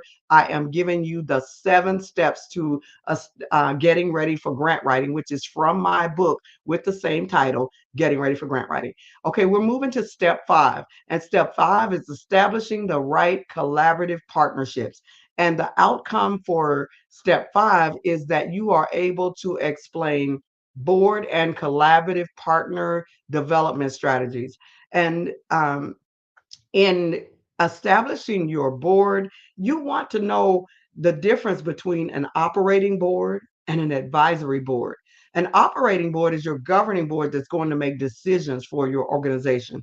The advisory board is going to be the board that helps you with the 3 W's: work, wisdom, and wealth. They're going to come in, they're going to work, they're going to bring wisdom, and some of them might even bring some wealth. Now, you want the 3 W's on your executive board as well. You want people who are going to be willing to work for the organization, bring some wisdom to the organization, and bring some wealth to the organization. So for both of those boards, you want some W, but your advisory board does not have fiduciary responsibility of the organization.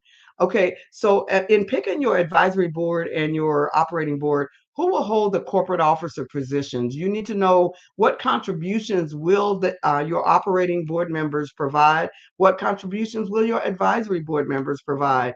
Who are your stakeholders and what are their benefits? How do they benefit from the programs, products, and services that you offer so that they can really support what you're doing? And then your collaborative development. What contributions do you need each partner or volunteer to make? What benefits will each of your stakeholders and volunteers receive for volunteering for your organization?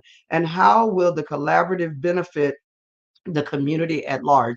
You need to be able to answer all these questions. And if some of you are thinking, well, I was good up until this point, well, this might be where you need to start. Wherever it is that you need to start to make sure that your organization is able to dot all its I's and cross all of its T's and get ready to receive funding, that is what you want to do.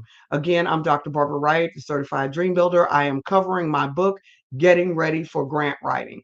Okay, so step 6 of our 7 is building the scalable operating budget for sustainability. And there are 5 lessons in that section of the book, in section 6 or step 6. And the outcomes for that section is that you are able to explore tools for developing a scalable operating budget for sustainability. You need to know what your net is going to be for your organization. How much are you going to take in? And where are you going to take this in from? And how much are you going to spend out? So in determining that, there are some things that you need to think about. And in our book, we cover the secrets to successful fundraising. We cover 7 categories of funding. And those 7 categories of funding include your individual gifts, your retail gifts, your retail sponsorships, and you don't get to grants until you get to the fourth level, which is foundation grants, then local grants, state grants, and then federal grants. That's your 7 layers of funding. You don't just need funding from one layer. Some of you guys are just waiting on grants and you don't even have your Girl Scouts cookies to sell. What do you mean by that, Dr. Wright? The Girl Scouts sell cookies. That's how they raise their money. Yes, they probably get some grants too, but they're not just sitting around twiddling their thumbs waiting on grants. They're doing something else. So what's your Girl Scout cookie? Or what's your Boy Scout popcorn balls? What are you selling in order to keep your organization going? What does Goodwill sell? What does the Salvation Army sell? They have a thrift store, and that's how they raise money for their organization. So you need to have more than one stream of income. You need to have those 7 streams of income. And what are your 7 streams? That becomes a part of your sustainability plan. The 5 W's of fundraising. You definitely want to know the 5 W's of fundraising. Those same 5 W's are the who, the what, the when, the where, and the why. Who are you going to target? What do you need? When do you need it? Where do you need it? And why do you need it? So you want to be able to answer those 5 W's of fundraising as well as the 5 W's of grant writing. And then number 4 in the step 6, which is building your scalable budget for sustainability, is estimating your program budgets for each grant. Every one of your grants is going to need you to do another estimate. Some of you guys want your grant writer to do everything. The grant writer is not going to do everything for you. It's up to you to know how much money you need and how you're going to spend the money. Now, thank God if you get blessed with a great grant writer that can assist you in kind of making those decisions. But you are the one, and your finance team needs to know how much money you need and how you're going to spend it. And it has to be aligned to what that funder is willing to give. The funder is the one who determines whether or not there are going to be funding restrictions on the money that they give you. So each time you have a grant, it's up to you to determine what those funding restrictions are. And then you want to be able to develop your operating budget. So there's actually 3 different budgets that you need to develop. There is your operating budget, which tells that $1 million that you need and how you're going to spend it, or that multi-million that you need. For the first time, I saw a $1 billion grant online. I couldn't believe they were giving out $1 billion. And so now, instead of just that million, they're giving out 100 million and even up to $1 billion on some of the federal grants. And if you haven't done anything, you're probably not going to get the billion right away. So for those of you who are working your way up to being able to serve more and more people, you may end up with needing some of those larger amounts of money. But I will say those grant amounts are going up. It's easy. It's becoming a lot more common to see $100 million grant out there. So developing your operating budget. But there's 3 different budgets. And let me go back to that. There's your operating budget. There is your grant budget, which you have to create for every grant that you go after. And then the 3rd budget is your strategic plan budget. That's your 5-year projection of what it is that you are trying to do. What do we want to be? Where do we want to be in 5 years? You need to know that.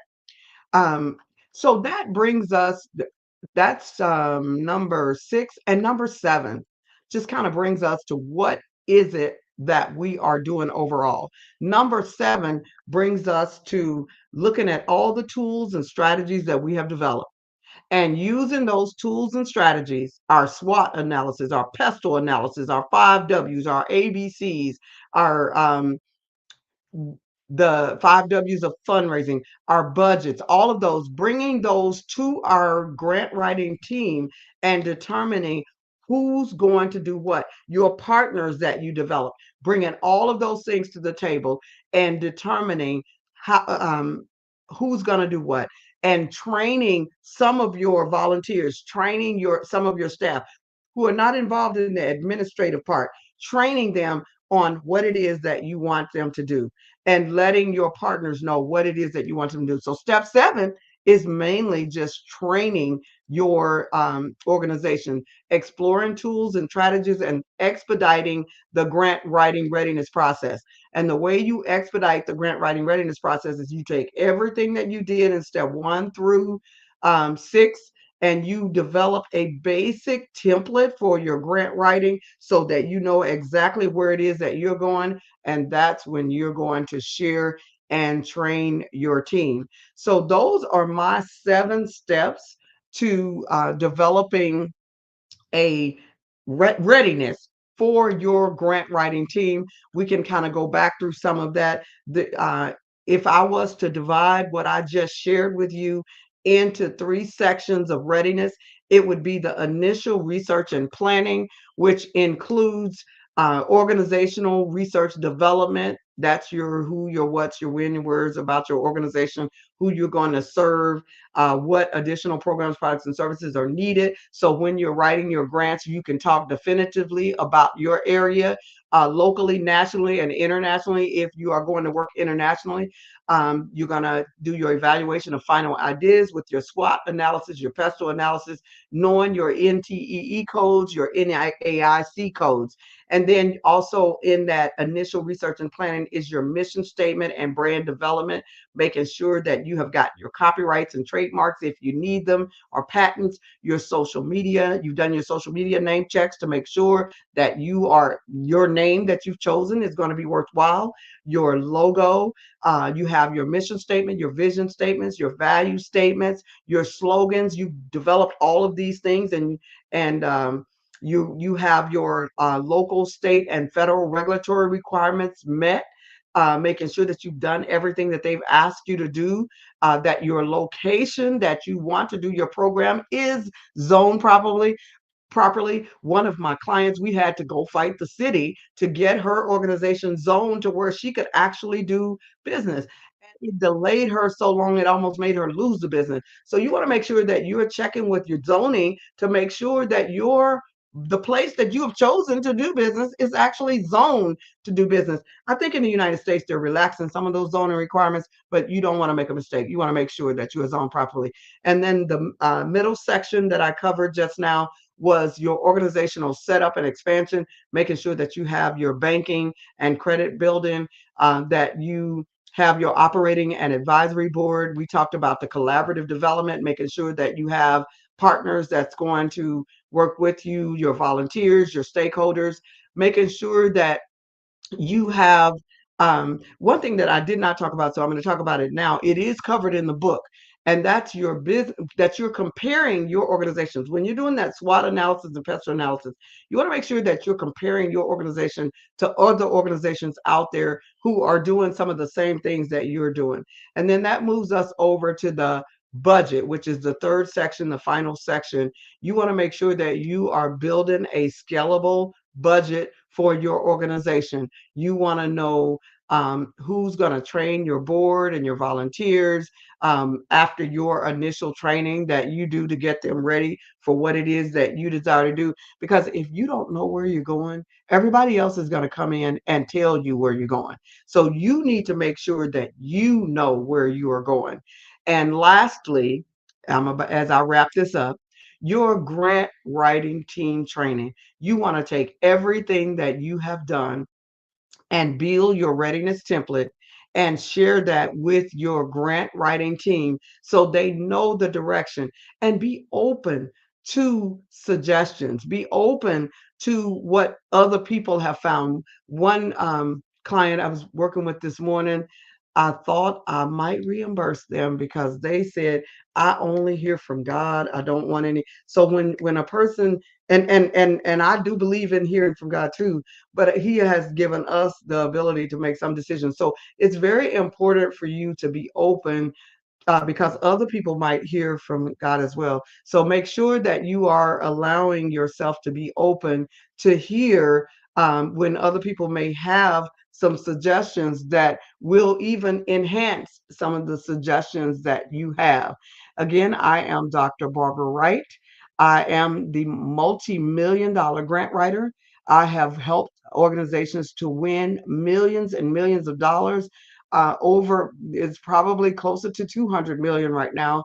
Many of my clients, many of my grant writing students are now at millions of dollars. There, I have one student who has just taken over a multi-block radius and built a multi-million dollar building on her land. And I trained her quite a few years ago, and she has taken that information and just went to the next level. We are excited about our training. If you go to our website, you can see when our free training is. We offer much of our training is just free of charge on our website at certifieddreambuilder.com. There's lots of free resources on there. We offer a lot of our training free of charge because we can only take a few clients. So to make sure that we are helping our community, we offer it for free. So if you are interested in that, just go to our website at certifieddreambuilder.com to where you can find our weekly free training. Yes, we train 1 hour a day free each week. And sometimes it goes a little longer than an hour. So if you want to hear how you can use these 7 steps to taking your organization to the next level, you'd be surprised how many organizations had to erase what they were doing and start again once they learned the actual 7 steps. So while I'm waiting on the BBX to come back, I'm going to tell you again, you can reach me at certifieddreambuilder.com. And what I covered today was my Getting Ready for Grant Writing book. And in that book, there are 7 steps to grant readiness, which I just covered.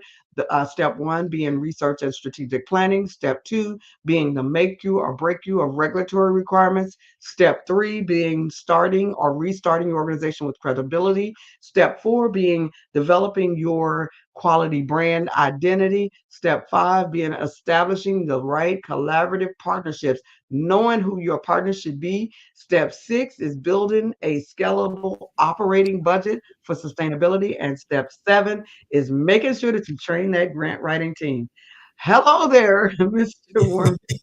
Timing is everything, isn't it? Timing. Yes, sir. Yes, sir. Well, one, timing. thank you for all of that insight and information. It is a wealth of info that everyone could and should use. But I think what even speaks even more voluminous about you and your commitments is the fact that you're training folks, that you provide free training, that you're trying to get other folks inspired and qualified to be able to do the things that you're doing and to help other businesses. So we appreciate all that you do and that, all that you're transferring in terms of information to the folks there.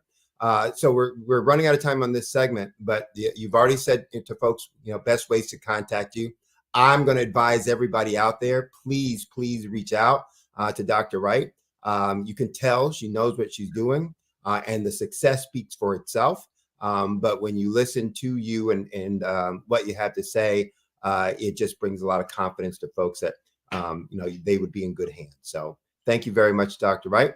I appreciate the opportunity. As we say, genius is common. I'll see you on the other side. All righty. Have a great day. All right. So for those who are sticking around, we have more programming, but I want to remind people that the Black Business Expo's mission is to raise funds for high school seniors going to college or for K through 12 entrepreneurs. So it is a fundraiser, and you can go to www.blackbusinessexpousa.com. Again, blackbusinessexpousa.com. to donate to the scholarship fund. You can also use the Cash App, which should be rolling on the screen below. And the account number there on the Cash App is $BBX USA. Again, $BBX USA. Our goal is to give laptops and up to $5,000 to 10 students. And students, you can go on to that same website to register. Again, that's blackbusinessexpousa.com. Remember, every dollar counts, so please donate to the scholarship fund. I'd like to also thank the Black Business Expo USA sponsors for this month, May of 2024. Those sponsors include NC 100, Moody Capital Partners, Suede Soul, Lotus Richer Coaching and Training, Carolina, Virginia Minority Supplier Development Council, Step Management, Barbara H. Smith, LLC, Margie McLean Foundation, Inc., Genius is Common, Earth Essentials, Milani Shani Global, Executive Women's Success Institute, the Quality Coaching Company, Superwomen Business Services, Creative Force Studios, Lee Entertainment, Artistic App Design, and Black Business Expo USA. Again, stay tuned for more programming. Remember, genius is common, and I'll see you on the other side.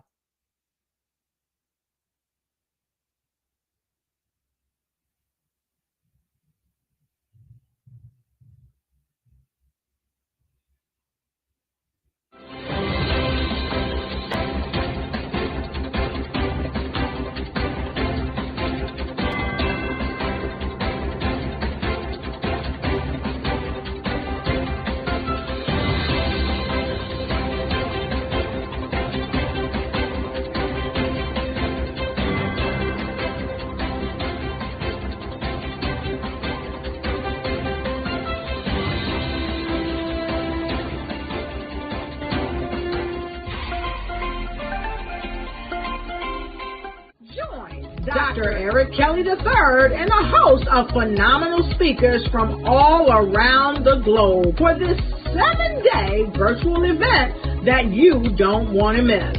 The mission of the Black Business Expo is to raise scholarship money from kids all the way from high school, all the way from college. The Black Business Olympics is one of the largest Black business showcases in the world. It is an opportunity for businesses and companies to showcase their businesses globally. We are going to be giving away laptops up to $5,000 away to students.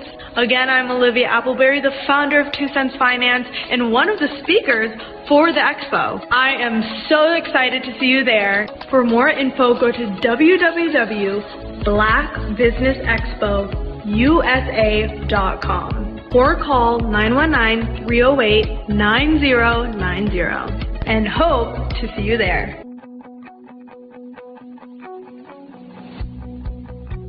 I am Black Business. From the moment I wake until the time I sleep.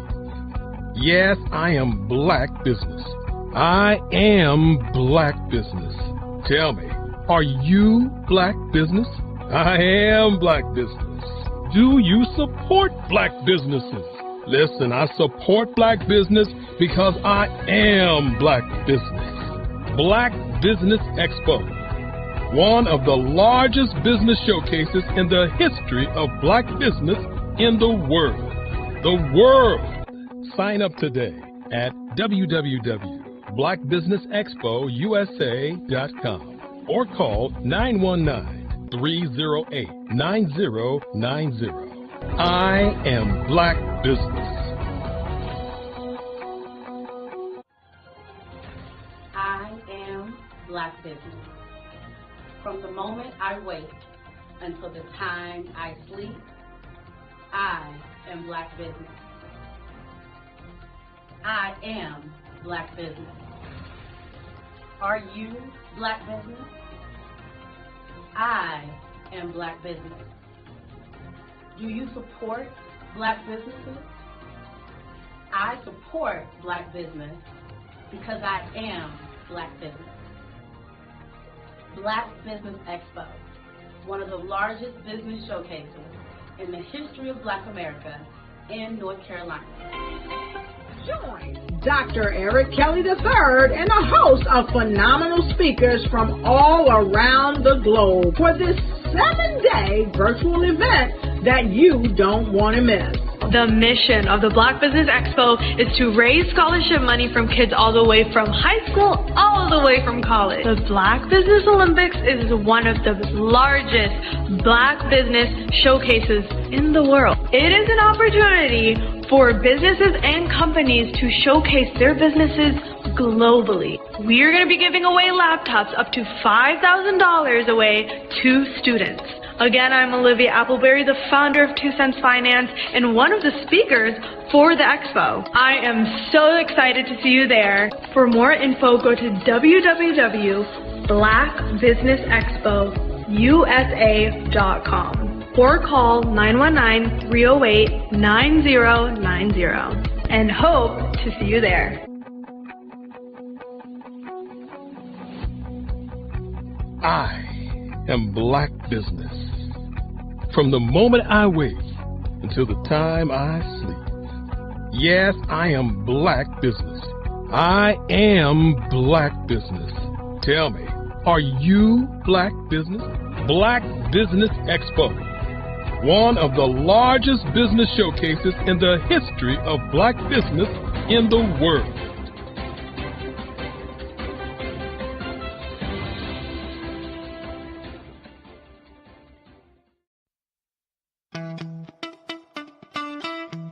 How many times have you been asked to help someone you didn't even know, a student, a business entrepreneur? Or did you ever even ask, where did they end up? That business, that friend, that entrepreneur. Well, just maybe they ended up in a gang, bankrupt, homeless, or worse, dead. Maybe they turned to crime, drugs, and alcohol. Did you ever wonder? Did you destroy their dream, or was your life always so easy? At the Black Business Olympics, we started a movement to help students complete. Give them hope and foster success.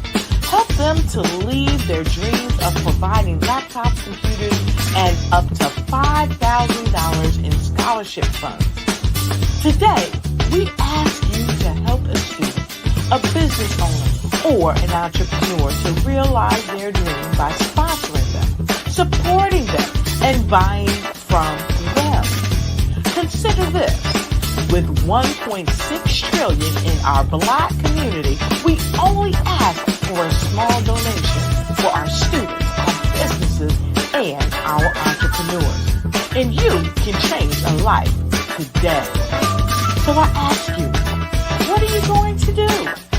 Sit on the sideline and watch our students in high school be leaders, miss out on their dream from lack of resources?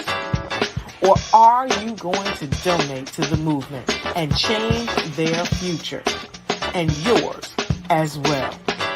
Give us a call today at 919-308-9090. Change their life by investing with action to the Black Business Olympic Fund. The Black Business Olympics, one of the largest business showcases of Black business in the history of the world.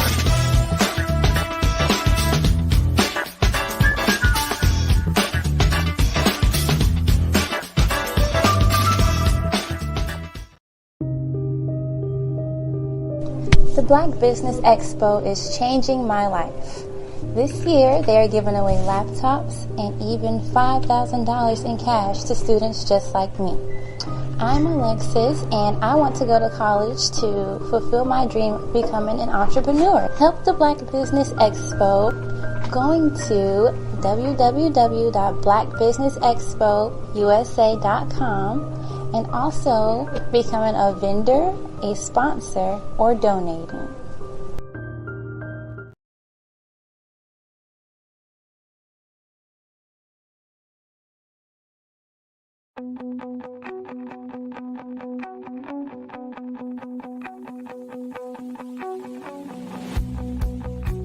I am Black Business.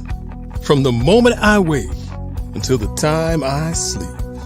Yes, I am Black Business. I am Black Business. Tell me, are you Black Business? I am Black Business. Do you support Black businesses? Listen, I support Black business because I am Black Business. Black Business Expo, one of the largest business showcases in the history of Black business in the world. The world! Sign up today at www.blackbusinessexpousa.com or call 919-308-9090. I am Black Business.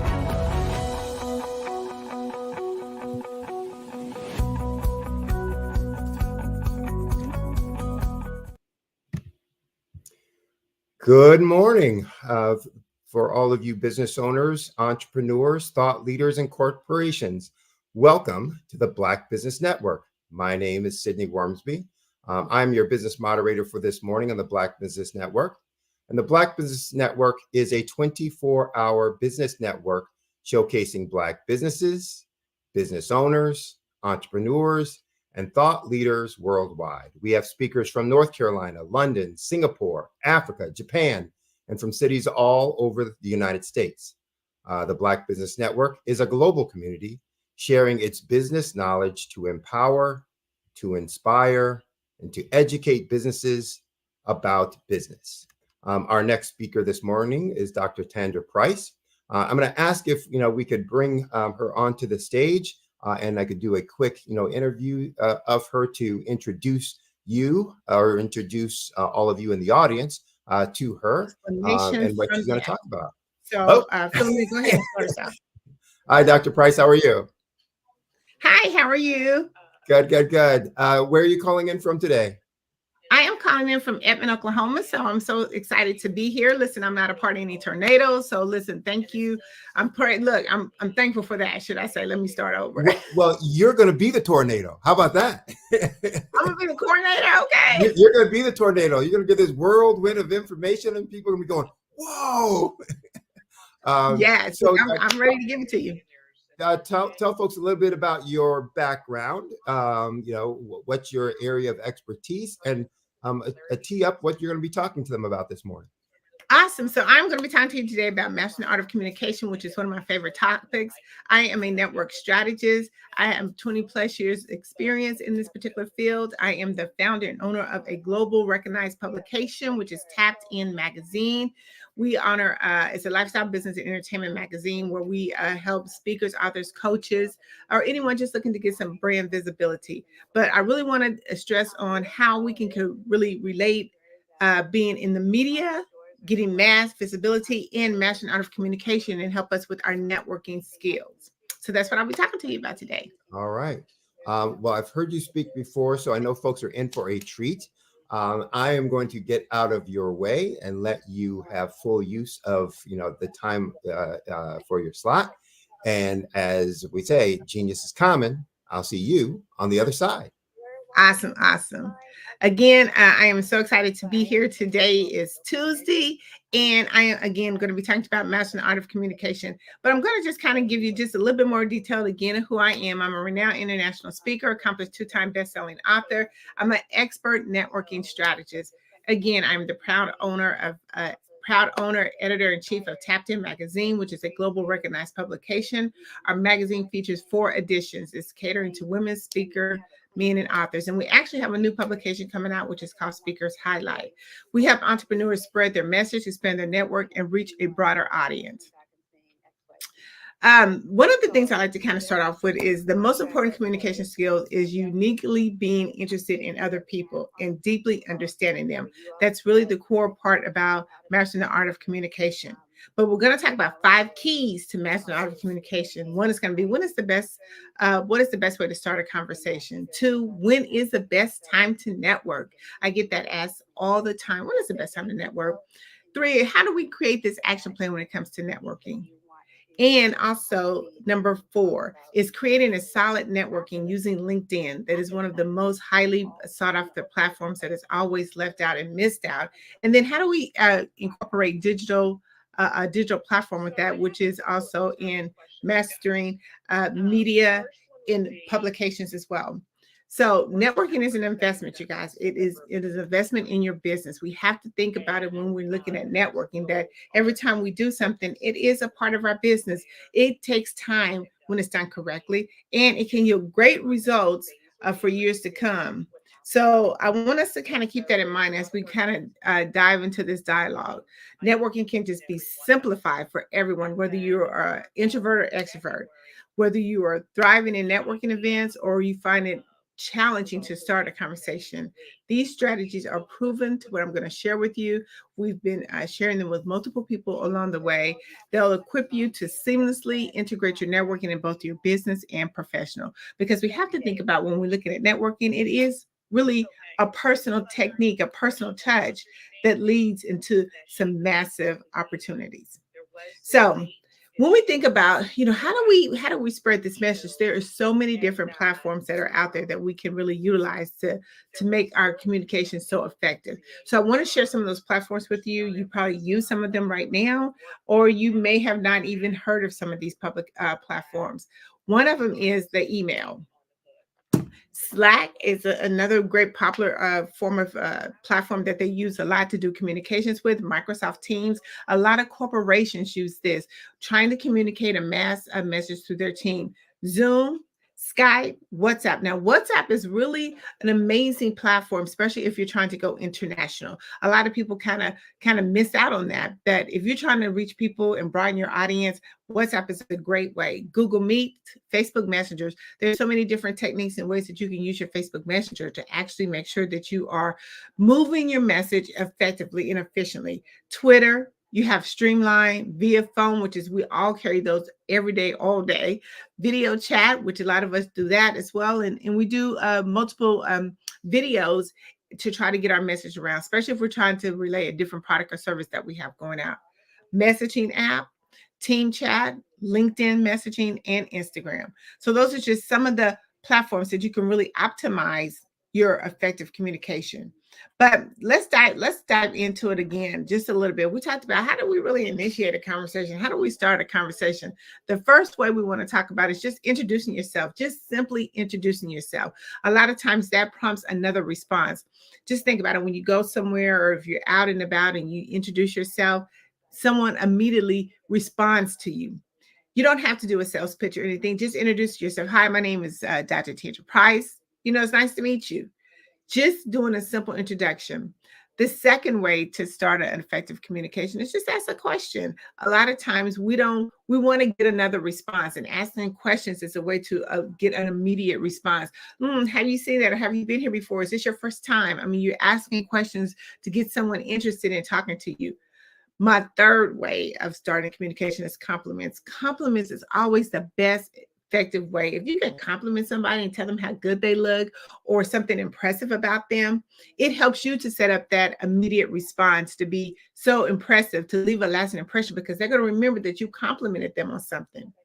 The fourth one is always ask for an opinion. People love to be helpful and share their opinion. Just think about it. When you're having a conversation, how many people love to just give their opinion on something, whether it's right or wrong? They love to give their opinion, but it's a way to kind of spark up a conversation. People love to be so helpful. Humor is the fifth one. Humor is such a way that you can break into anything. When you're feeling stuck or in a conversation or in an environment that you don't know what to say, I mean, always bringing up a joke. You know what? I always like to have a pocket joke, because if I can have a pocket joke, it kind of fits any environment that I'm in. It fits any environment that I'm in. So I always have something that is kind of funny that could be of use to people that would be really, really good. And observations, always pay attention to your surroundings. But especially being here in the last few days, it's been thunderstorming. We can always talk about the observation, like a lot of trees and things have fell down. And, just talking about the weather and everything that's going on really prompts up another way of just getting a conversation started. It's really easy. I think a lot of times when we think about mastering the art of communication, we try to put so much into it. But if we could just be our authentic self and just have a conversation on things that we normally do. If you look at throughout the day or throughout the times that you're having a conversation, think about those steps I just gave you. You do them automatically. I think when we turn the term and putting it into a networking environment, then we always kind of get tensed up because we're thinking, oh my God, now I have to be on this different platform. But it's still the same way, even if you don't. I always have to have my different places to network. A lot of times we don't really realize those places. We talked about ways to start a conversation, but what are some places that you can actually network in? You could do conventions and conferences, professional association meetings. They have a lot of different ways that you could use these type of places to network. Trade shows, business networking events, alumni gatherings. If you're a part of any type of alumni, those are great ways. And that's kind of your comfort zone too, because now you're amongst all the people that you know. Chamber of Commerce events, they are very highly reputable places where you could actually network. Meetup groups, workshops or seminars, career fairs. Volunteering is especially a good place to network because now we're out here for the same cause. So now we can talk about, now you have those when to start the conversation techniques that when you're volunteering, we're all here for the same cause. So it gives us really good reason to really be able to have a conversation, a relaxed conversation with one another. Toastmasters or even public speaking clubs, social clubs, online networking platforms, community events, or even charity fundraisers. Anytime that you're around a group of people is the best place to network. It doesn't have to be a certain place, but if you're around a bunch of people, it's an awesome way to start a conversation. But why is mastering the art of communication so important? Because there's so many benefits that come with it. See, when you establish connections and you continuously do it over and over and over again, it's really like you're building up that relationship. You're kind of marinating the relationship. It's like when you first meet somebody or you go into a new job, you have to be able to get to know what's going on there. And you have to be able to develop that as you go and know who to talk to and who the people are not to talk to. But there's so many benefits once you actually kind of get the foundation and the groundwork done. But let me give you a few different benefits for mastering the art of communication. One is it increases your visibility, it makes you more recognizable. It increases your chances of being considered for different opportunities. Collaborations are the best benefits of mastering the art of communication because it leads to partnerships and joint ventures that you can expand your reach to different avenues. It gives you access to resources.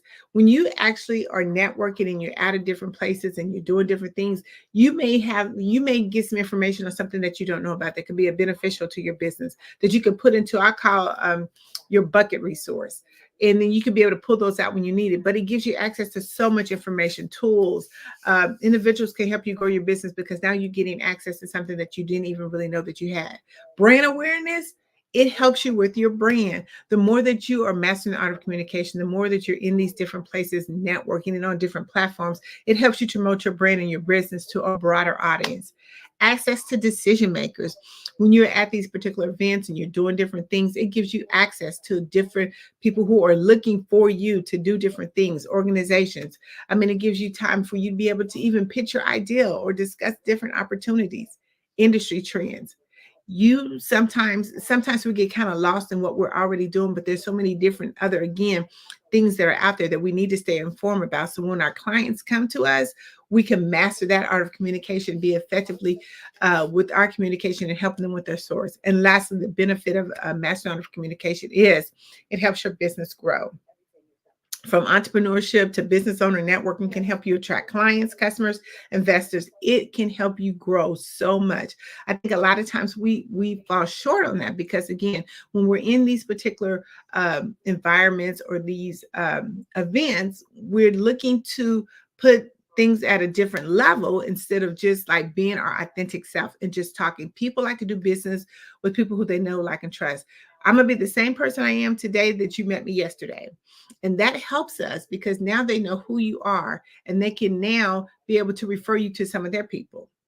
But after we do all of that, we have to have an action plan. The third thing, we have to create an action plan. What are we going to do when we actually go to these networking events? Are we making these amazing conversations when we're out and about? We got to set a goal.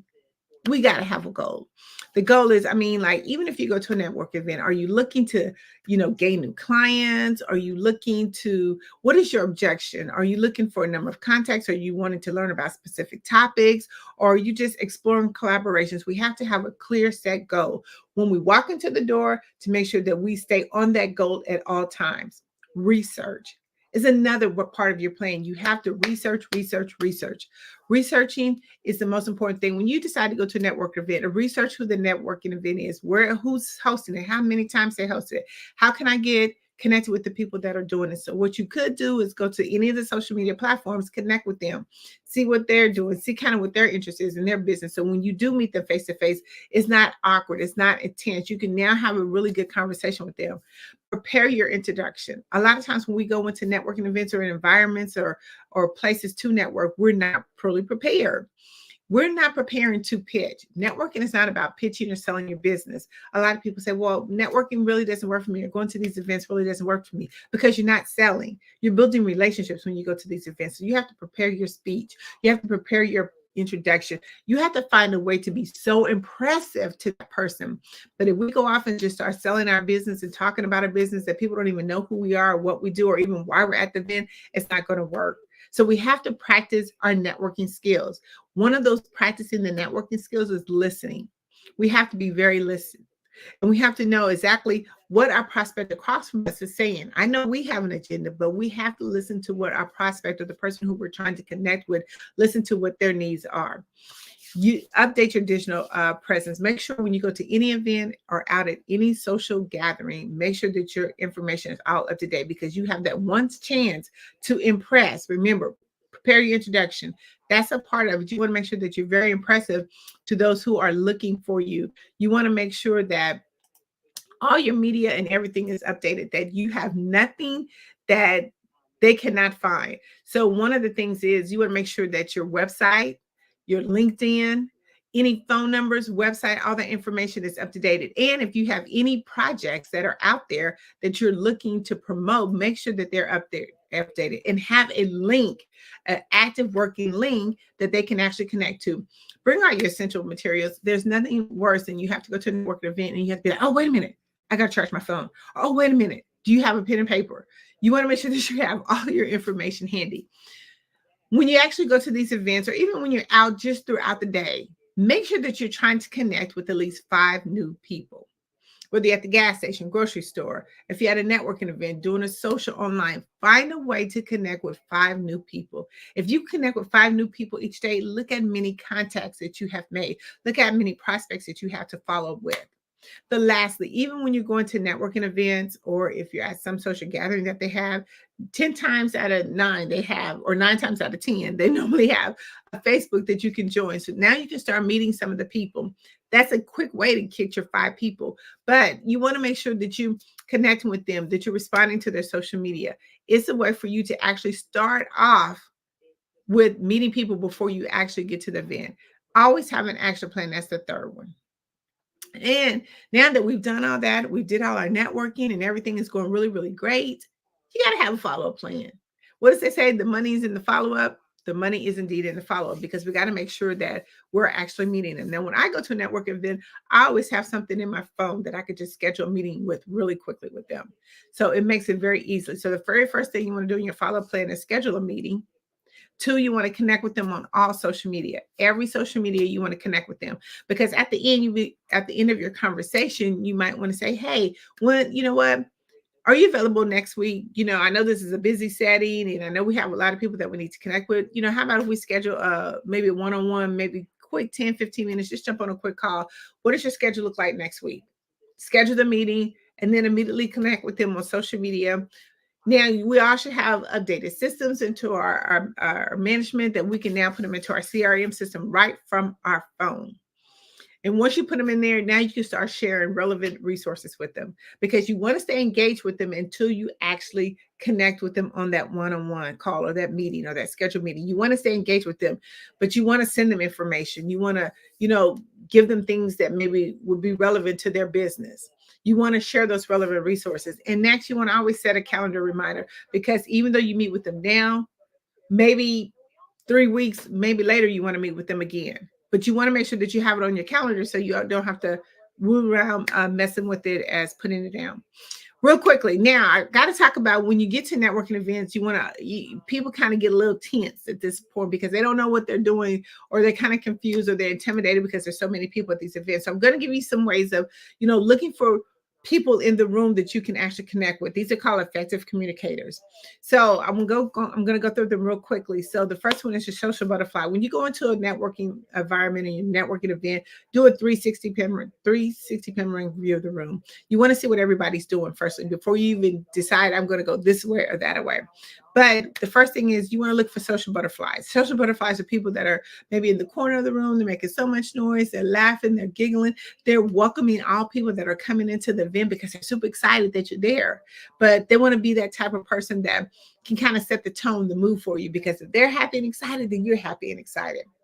The second type of effective communicators are experts. You want to look for these type of people. These are networkers that are highly knowledgeable and they're skilled in their particular industry. They're always kind of standing kind of like this with their arm crossed, or they're maybe looking like this because now they're kind of giving you advice on what their industry is. I say FOMO is another type of effective communicator. You'll see these type of people because they're always asking, what's the next event? Or where are you going? What's the next thing? These are the people that don't want to miss out. They want to make sure that they're at every event that is possible, that is out there. And it's hard to do that. But there are some people that you will find that just when you go to a networking event, I call them FOMO, fear of missing out on any opportunities or connections. So these individuals, they are seeking, and that's all they're talking about is what's the next event. Oh, is another event coming up? Or, what are you doing after this or this, that, and the other? Because they're trying to stay in the know. Then you have your digital networkers. These are people that when you see in the room, they're only probably by the buffet or the bar, but these are people that are only going to connect with you digitally. They're not going to give you a business card. They're not going to give you anything. If they give you a business card, it's going to be a digital business card. So these are the type of people that the only way they're going to talk to you is doing digital. Then you have the buffet eaters. Listen, the best way to find out who's in the room is going to the buffet line, because all the conversation starts at the back, not at the front. Because the reason why because all the information trickles down from the front of the line to the back of the line. Then you just have the relationships builders. These are people that are they're networkers, but they're prioritizing their business. They're looking for long-lasting relationships. They're investing their time and effort and getting to know who people are. So you might find these people who are just sitting out and just wanted to be authentically themselves and just having a conversation with, hey, how's the weather going? How was, this is your first time being here? They're just kind of looking for relationships only. Collaborators is your next way of looking. These are people who are just looking for opportunities in advancements. Like, I have an event going on, they have an event. Well, you know what? Maybe we can look at collaborating together and see how we can make things work. You'll hear that conversation a lot when you come to networking events. And then you have innovators. These are people that they have the best new thing or the best trend that's coming out. They're forward thinking and they often introduce new ideas. You'll be like, oh, hey, I have this new idea that I've been thinking about, or this new project or service. So you want to look at them. So when you get into the networking room, you want to kind of really think about, who are these people that I'm networking with? How do I get to be a part of these? What are the effective communicators and where do I want to spend most of my time at? Because that's one of the things that I get asked all the time. When I go into a networking room, I'm a little intimidated. I don't know where to go. But by looking at these effective communicators, you can now figure out, where do you want to be inside the room? What do you want to be doing in the room? And it helps you to be able to gauge what you're doing. We want to just jump in real quickly, how we really connect LinkedIn to all of this mastering art of communication, because LinkedIn is 810 million users and the platform is free. It's over 810 million users and the platform's free. But what I want to say when we talk about connecting and mastering the art of communication when it comes to LinkedIn is that there's certain things in LinkedIn that helps us keep that communication going, that we have to make sure that we have clear and concise. One is going to be your profile picture. Make sure that you have a professional picture there.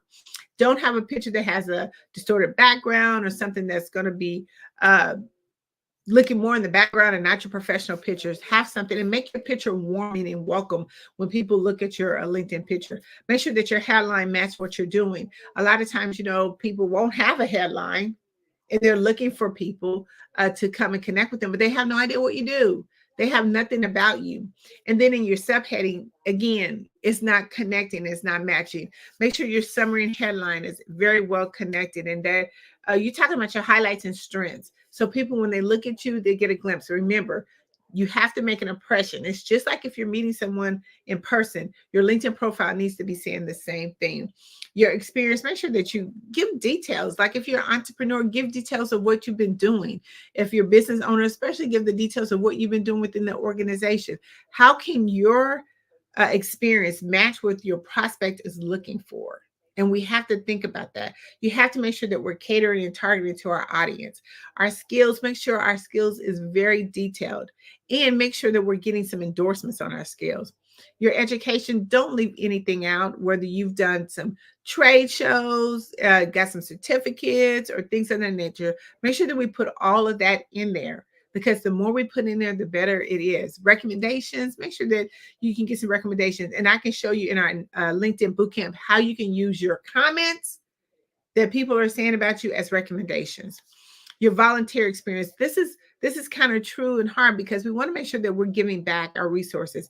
What cause are you really a part of? What do people see besides what your business is that you give back?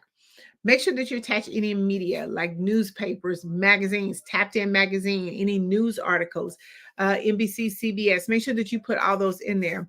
And let's talk about engaging your network. And we share you a whole lot about that in our networking bootcamp. But one of the things is, once we've done all of that, we went from networking to starting a conversation to creating a plan to now doing a follow-up. Now we're putting this all together with LinkedIn. All of these steps are how we master the art of communication, how people look for you in the field of your expertise. There's one thing after LinkedIn that they looked at, they look for you to be Google. You have to make sure that you are Googleable and that your website is aesthetically pleasing. So when people come to you, they can find you easily, that everything looks good. They're willing to work with you, because now we found a way how we can communicate with everyone. We found a way how we can effectively communicate. And then last thing we want to talk is, how do we get this digital presence in? Right now, that digital presence on any platform is highly sought after. One of the things is that when you actually are in a digital publication like Tapped In Magazine, right off the bat, people are now looking at that. You get 66% rating open when people find you on a digital platform. So when, for instance, when Tapped In Magazine releases its publication, we release that to over 30,000 of our already users. We have over 700,000 online distribution, but now we're releasing that. Imagine the very first time it hits, it gets 66% open rate. Why wouldn't you want to do it digital? Because it's going to be faster, it's going to be more effective, and it's going to be more of how you can get your message out. It's going to be how your story relates. What we're talking about, how do we mirror that with people who are looking for your service? We tell the story of how we got started and things of that nature. But what we do in Tapped In, we make sure that your story hits and resonates with the community, especially our readerships. And it's so important, because when you think about getting your message out or getting your program and services out, we want to make sure that it caters to the readership that are looking for you, the people who are looking for you. It's not just a magazine, it becomes more of a statement. 9 times out of 10, when I go into a meeting or I'm looking to connect with somebody, at the end of the meeting, I always hand them a publication with my face on it, because now they're looking there saying, oh my God, she's on the front of a magazine. See, now that makes me more credible, especially in my industry. It kind of gives me a little up to say like, hey, you really know what you're talking about, because now you're on the publication. And then they go to Google, then they can see all my news release, all my other articles, all the other magazines that I've been in, as well as spreading my message.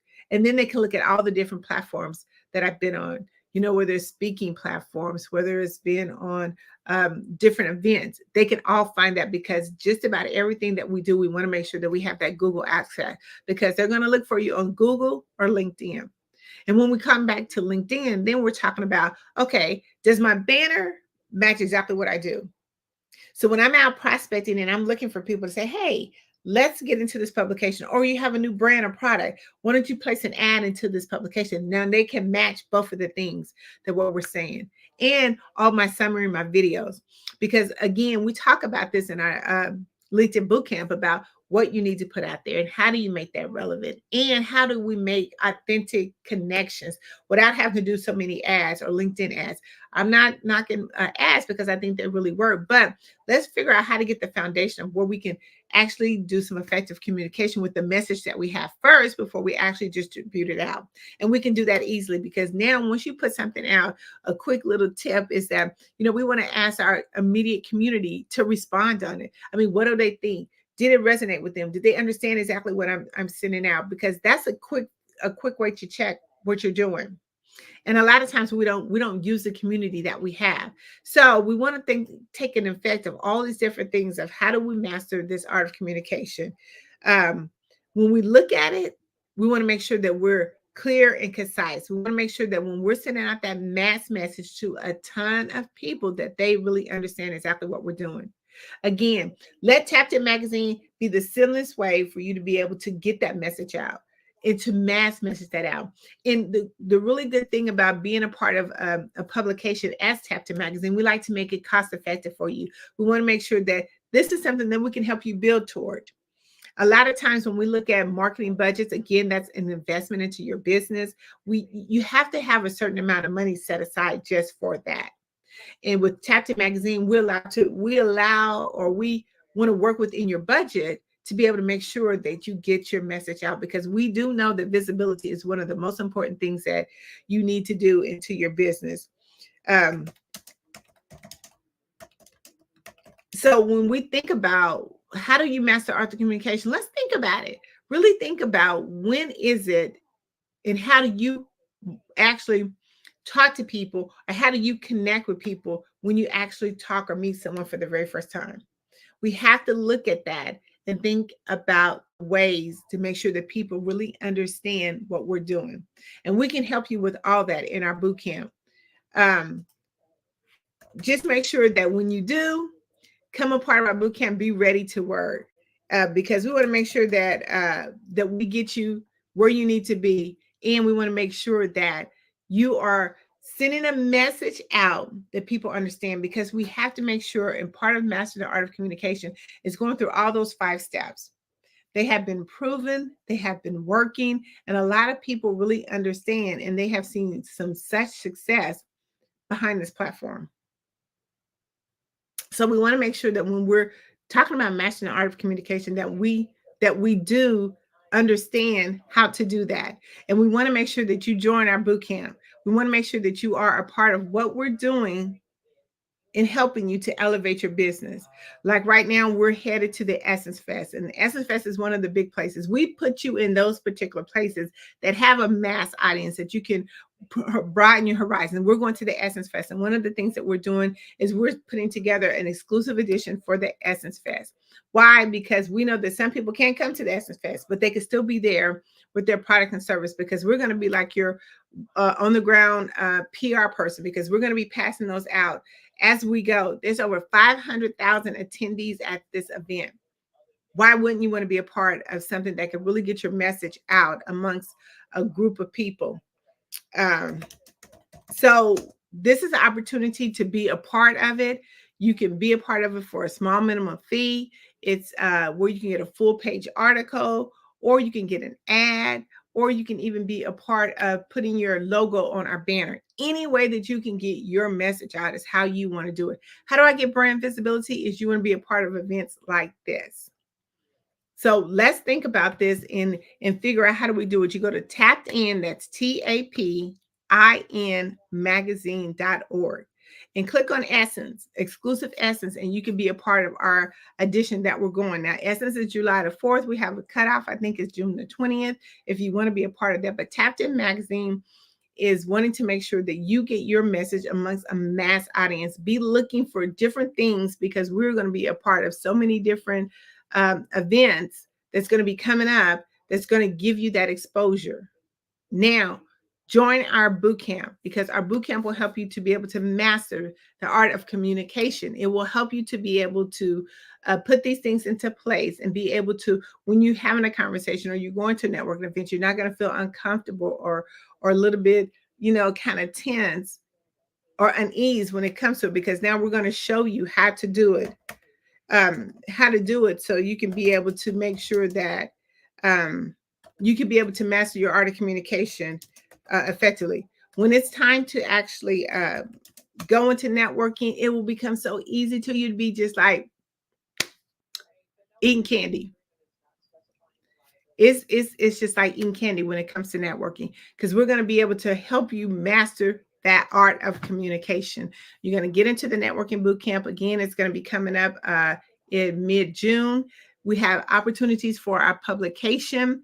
Right now, we're doing the essence, and we're doing a special to help you to get into 2 publications for the price of 1. So we have that going on as well. And then we're going to be having some other events. We're going to be a part of the NFL, which I'm so super excited. And that's, again, giving you a part of mass audience that you could be able to reach out to. So we want to make sure that we connect in all those different areas. I want you to kind of do just a check sheet or fact over the next week. I just kind of challenge you to see how you're actually communicating. When you go out and you start talking to people, whether it's business or professional, just look at some of the ways that we've actually showed you how to do what we're doing, and using these things to help you to master your art of communication. Use some of those techniques that I showed you. Use some of those communications that I've showed you at the very beginning to actually start practicing. So take like the rest of this week and maybe next week, and just kind of figure out how am I really talking? Do people really understand? If I put out something on social media, do a quick check with your network. What did you get out of this message that I sent you? I mean, like, ask someone that, what did you get out of this message that I sent you? Or what is this message? How does this message resonate? Was it relevant to what you're doing? Because then before you can even put it out there, then now you can get kind of way how you can tweak it a little bit to make sure that people understand exactly what it is that you're doing. It's so important when we think about putting all this together and mastering the art of communication.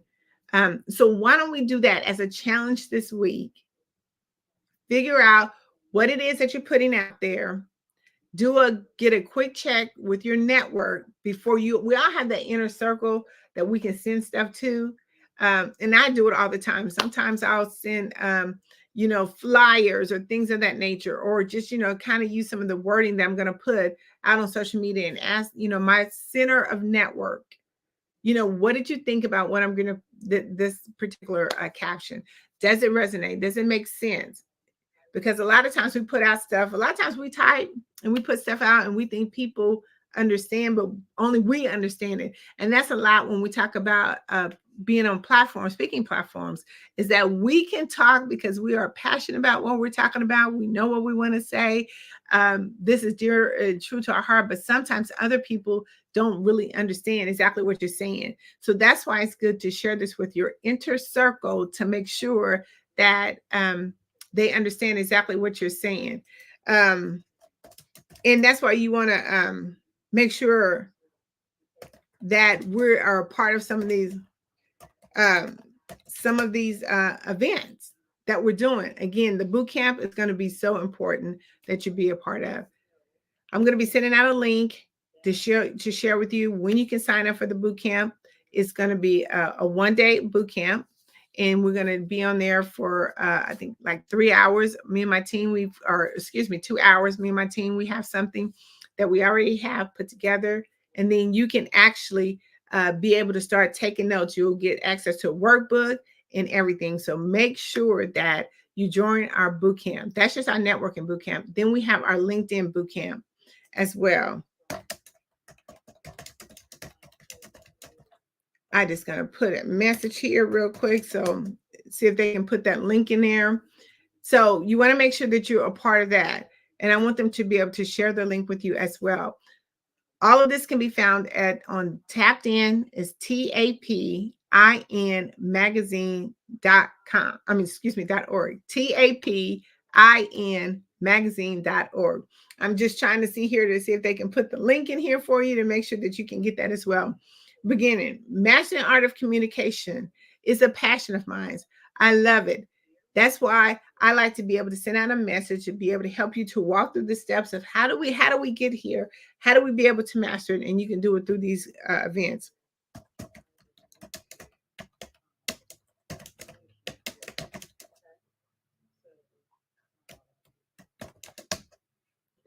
So let me see here.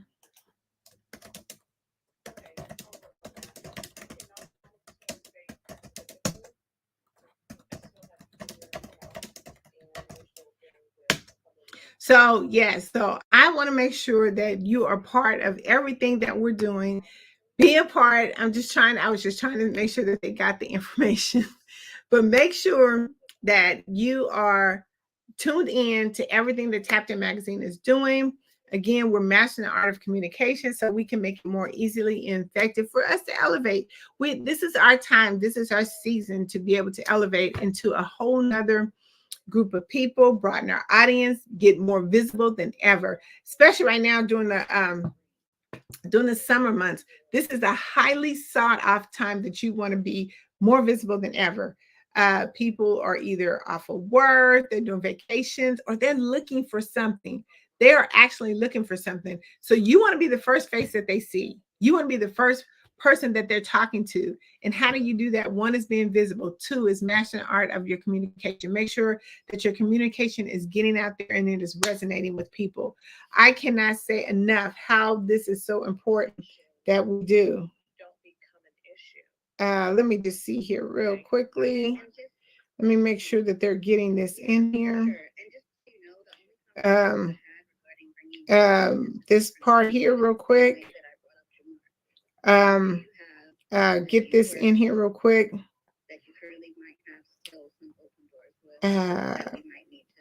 So this is the time. Again, I just want to make sure that you get this link. And I know I'm looking down, but I want to make sure that you get this information. And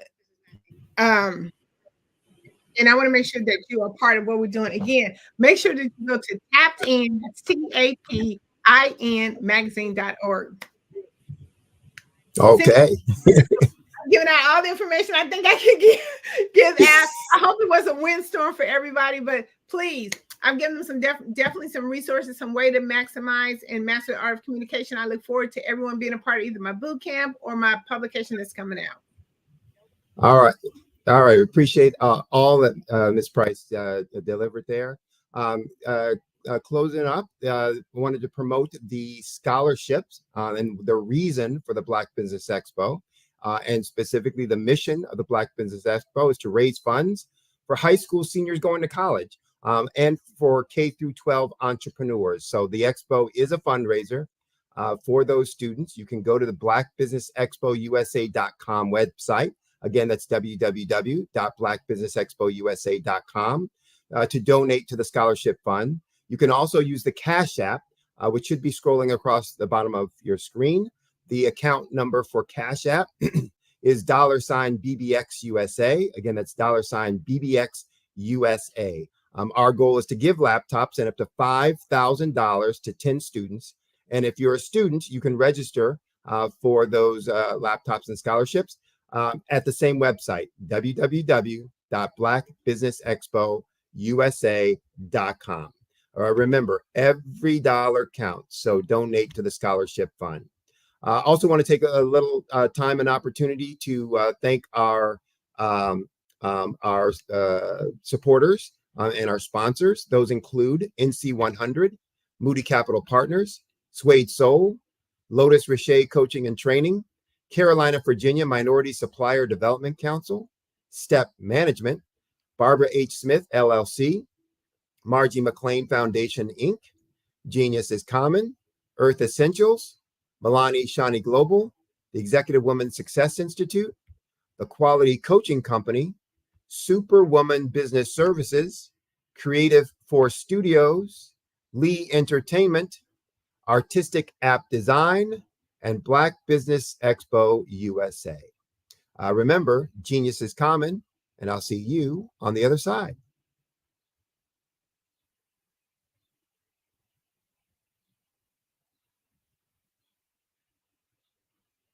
Over the past few years, we've seen the growth of existing and new initiatives focused on financial inclusion, building global networks, and reducing the wealth gap in response to the idea there's not enough seats at the table. Whether their outcomes are to increase the representation of Black executives on corporate boards, ensure an inclusive global economy, or to create new U.S. African commercial pathways, The strategies are often carried out by separate programs. The question is, should they be? With the continent of Africa being home to more than half of the world's fastest growing economies, the youngest workforce, over 400 companies generating more than $1 billion annually, 700 generating more than $500 million annually that are poised for growth, and being the destination of nearly $5 billion in venture capital in 2021. Diversifying U.S. and Africa commercial engagement by building bridges between African businesses and their U.S. diaspora should begin being seen as mutually beneficial. From helping to reduce Africa's enormous capital gap to catalyzing two-way trade opportunities, the COVID-19 global pandemic hopefully has taught us that global challenges and opportunities are more interconnected than we thought. During the pandemic, African companies like Unicorn Flutterwave, insurance provider Reliance Health, ride-hailing app Yasir, and 54Gene, the continent's first bank of DNA on people of African descent, proved that when African companies have access to networks, capital, and information, they grow big, grow fast, and create solutions that are valuable to the world. This is why Be Direct was created. We are the first U.S.-based but African-centric board preparedness and board search company designed to connect U.S. Black talent and corporations to African businesses. Unique and fundamental to Be Direct's success is our process of helping board candidates adapt their experience and networks to an African context before they're connected to high-growth companies that are looking to locally and globally scale. From our focus groups with African business execs and government leaders, we don't ignore the sentiment that business is easy, but people are hard.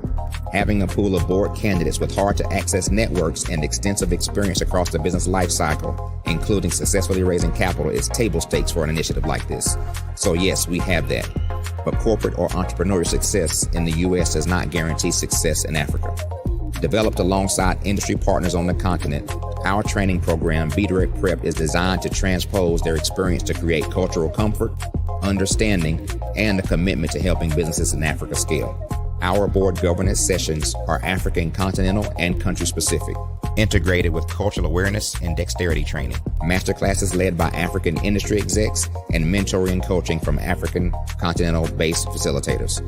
But even more unique to Be Direct Prep, we cap off our training program with an immersion trip to help candidates that have not been to Africa before see and feel Africa's complexity and opportunity from African soil.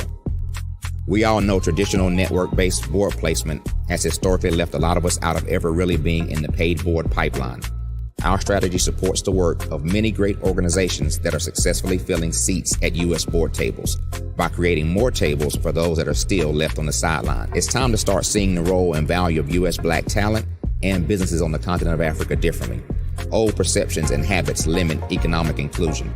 Let's transition Black talent and the African businesses they will support from the periphery of the global economy to its core. Living in a global lockdown, we all know now how fast local and global economies can change, and see the value of having businesses that hire, strengthen local value chains, and even grow globally. Status quo in any form holds back progress. We must democratize U.S.-Africa commercial engagement by socially and economically connecting cultures that have long been disconnected. It's time for Africa's U.S. diaspora to redefine their global value by helping African businesses scale continentally and globally.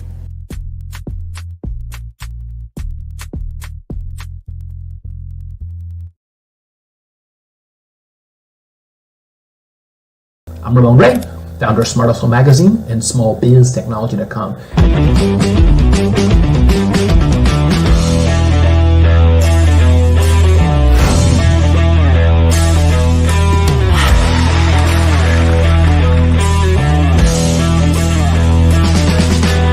You're here today to celebrate small business success. Stand up on your feet.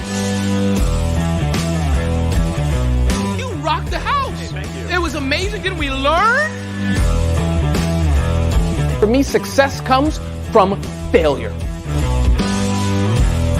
One thing not to do is shake somebody's hand like this.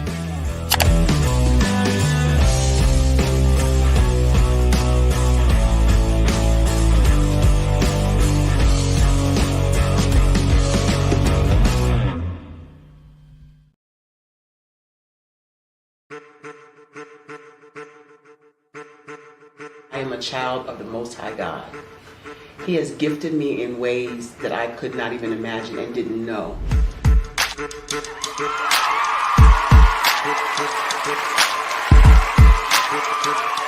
There was a time when I didn't know who I was.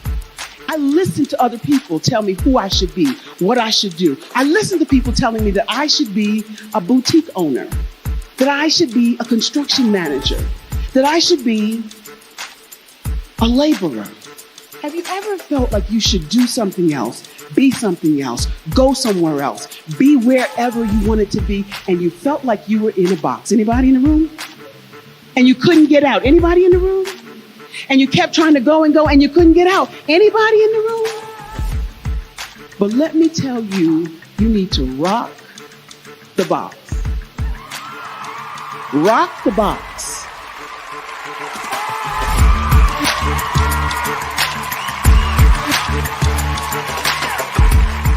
I am engaging, inspiring, and empowering.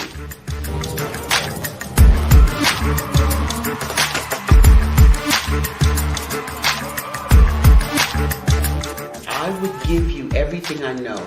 Just by touching you, if I could, by osmosis, give you every single thing I've learned, I've gone through, I know I would. We know that's not possible, but as it is possible, I love to share information with people. Some of you out there, people have told you that you can't be, you can't have, you can't do. But I will tell you, like Kinston said, you can, you must, and you will. If it's to be, it's going to be me. You got to say it. If it's to be, it's going to be. If it's to be, it's going to be. If it's to be, it's going to be.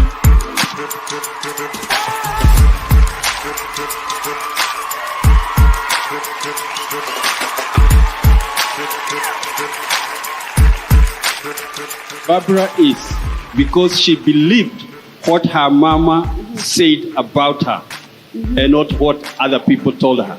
Every day you wake up, when you're in a situation, it's your choice whether it's an advantage or the disadvantage. She gained her confidence and her life, and now she is a testimony.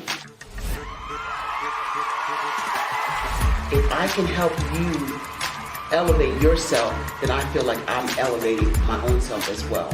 What you know and I know together can change the world.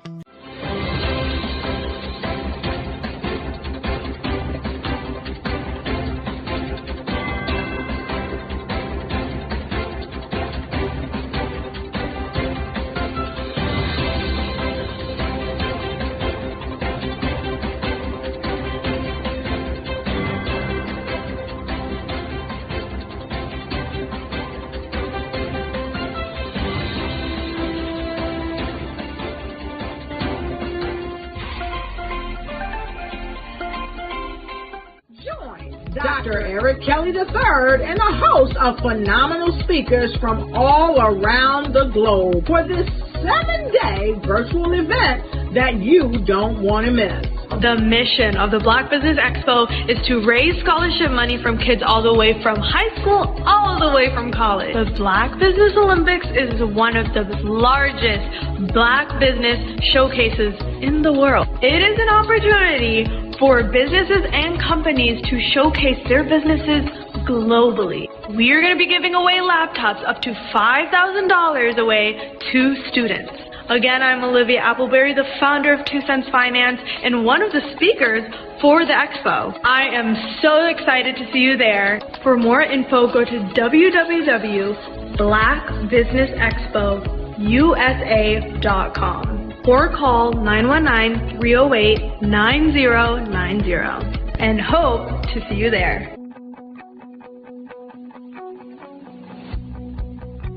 I am Black Business. From the moment I wake until the time I sleep. Yes, I am Black Business. I am Black Business. Tell me, are you Black Business?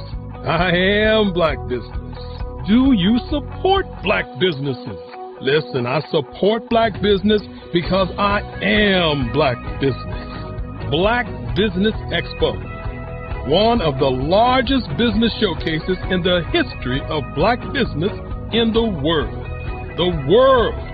Sign up today at www.blackbusinessexpousa.com or call 919-308-9090. I am Black Business. I am Black Business. From the moment I wake until the time I sleep, I am Black Business.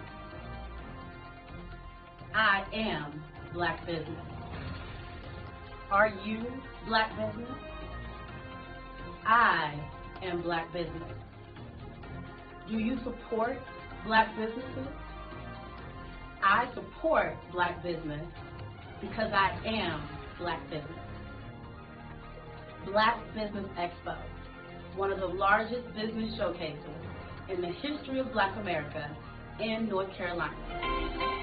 Join Dr. Eric Kelly III and a host of phenomenal speakers from all around the globe for this 7-day virtual event that you don't want to miss.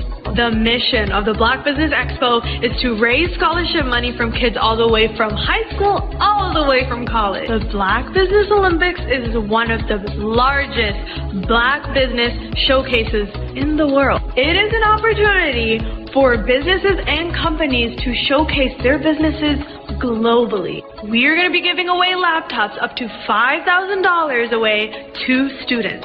Again, I'm Olivia Appleberry, the founder of 2 Cents Finance and one of the speakers for the expo. I am so excited to see you there. For more info, go to www.blackbusinessexpousa.com or call 919-308-9090 and hope to see you there.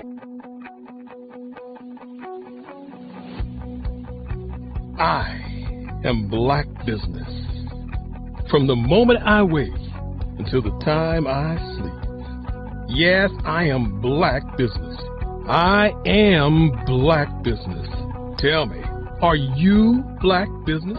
Black Business Expo, one of the largest business showcases in the history of black business in the world.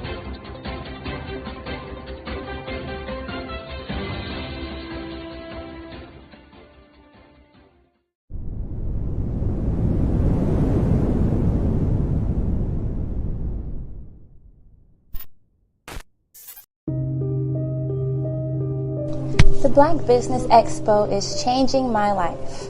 This year, they are giving away laptops and even $5,000 in cash to students just like me.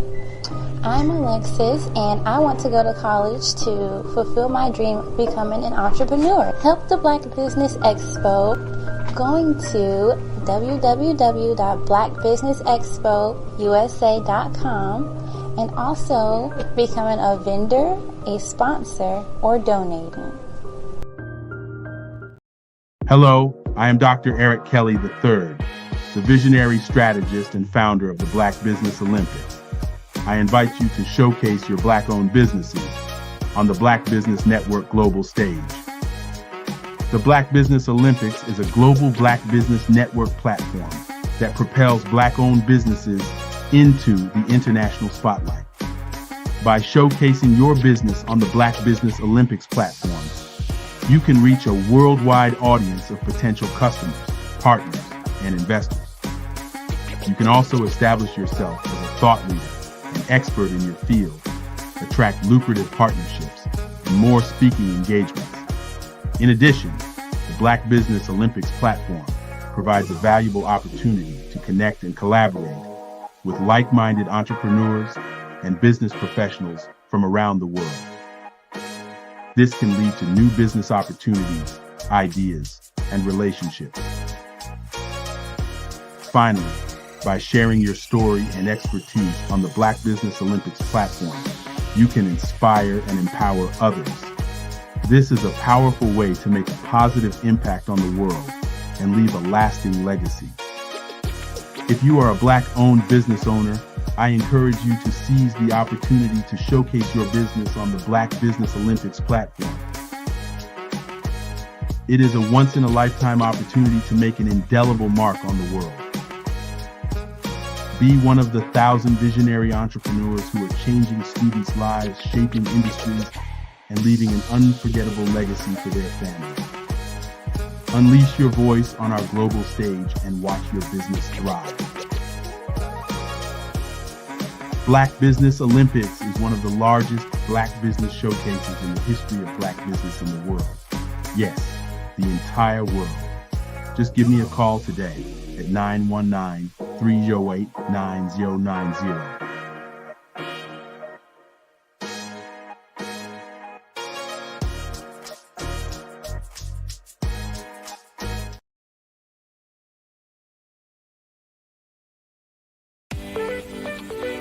You are in the right place at the right time. The Black Business Network opens again for its Black Business Olympics, a 24/7 broadcast on business, strategies, global branding, social media marketing, finance, advertisement, and much, much more. Featuring the top, most powerful entrepreneurs and speakers and thought leaders from all around the world as they gather together for this phenomenal event. Join the Black Business Network streaming live into the metaverse, STEM City USA, Black Multiverse, Pod TV, Roku, Hulu, iHeartRadio, Apple TV, YouTube, TikTok, Instagram, Google Podcasts, Facebook, LinkedIn, IBM TV, Spotify, and Twitch. Tune in today and be a part of this amazing movement. The Black Business Olympics welcomes you.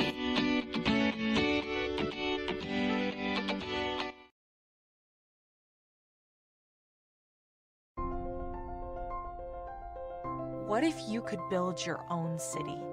A place where every child can find nurturing people to help them achieve their full potential. A place where every adult can access job training support. Where health education is abundant. Where social justice ruled the land. A place without limitations. Welcome. You have arrived at STEM City USA. It is what every city should be. A safe and trusted community where you find people and resources to help you become everything you are and beyond. STEM City is unlike anything you have ever experienced. It is a digital twin of the world around you, only better. STEM City is about energy and soul renewal. It is more than a digital world. You can almost feel the power of live cultural events, music, and theater. STEM City promises a better future for children with caring mentors and hands-on activities with dedicated tutors to support our youth. STEM City is your passport to a healthy lifestyle with weekly events addressing our community's many issues. STEM City is your financial well-being with helpful information on wealth management, career advancement, job training, and so much more. STEM City is the community you deserve. It is the city where your dreams can come true. STEM City USA, a place in the sky that is accessible to all who reach for the stars.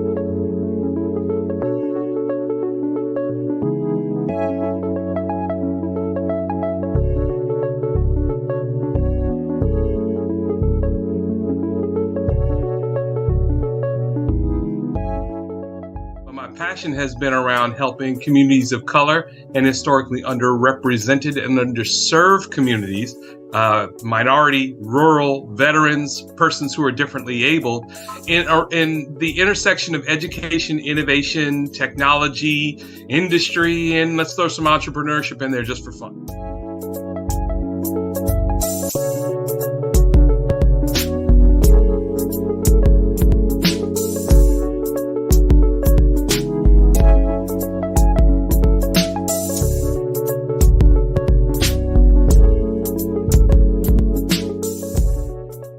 want to see more around innovation, incubators, accelerators. I love the idea of going from innovation to commercialization.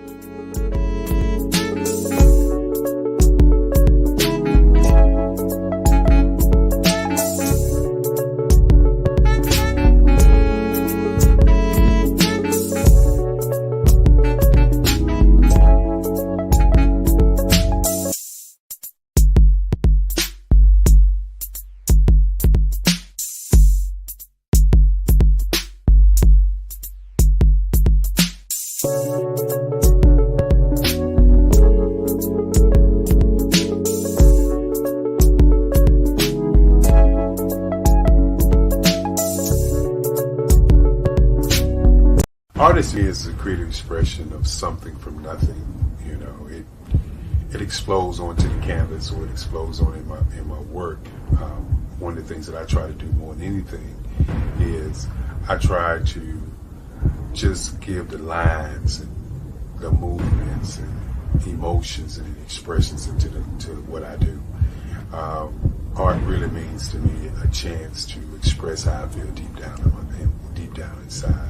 Most of my art begins as a thought that I might have, you know, whether it's sports, whether it's history, whether it's a woman or a man. It pretty much starts as an idea of thought before I get into the actual image of what I'm going to draw. I do a lot of historical pieces. I was a history minor in college, and I love to do history pieces.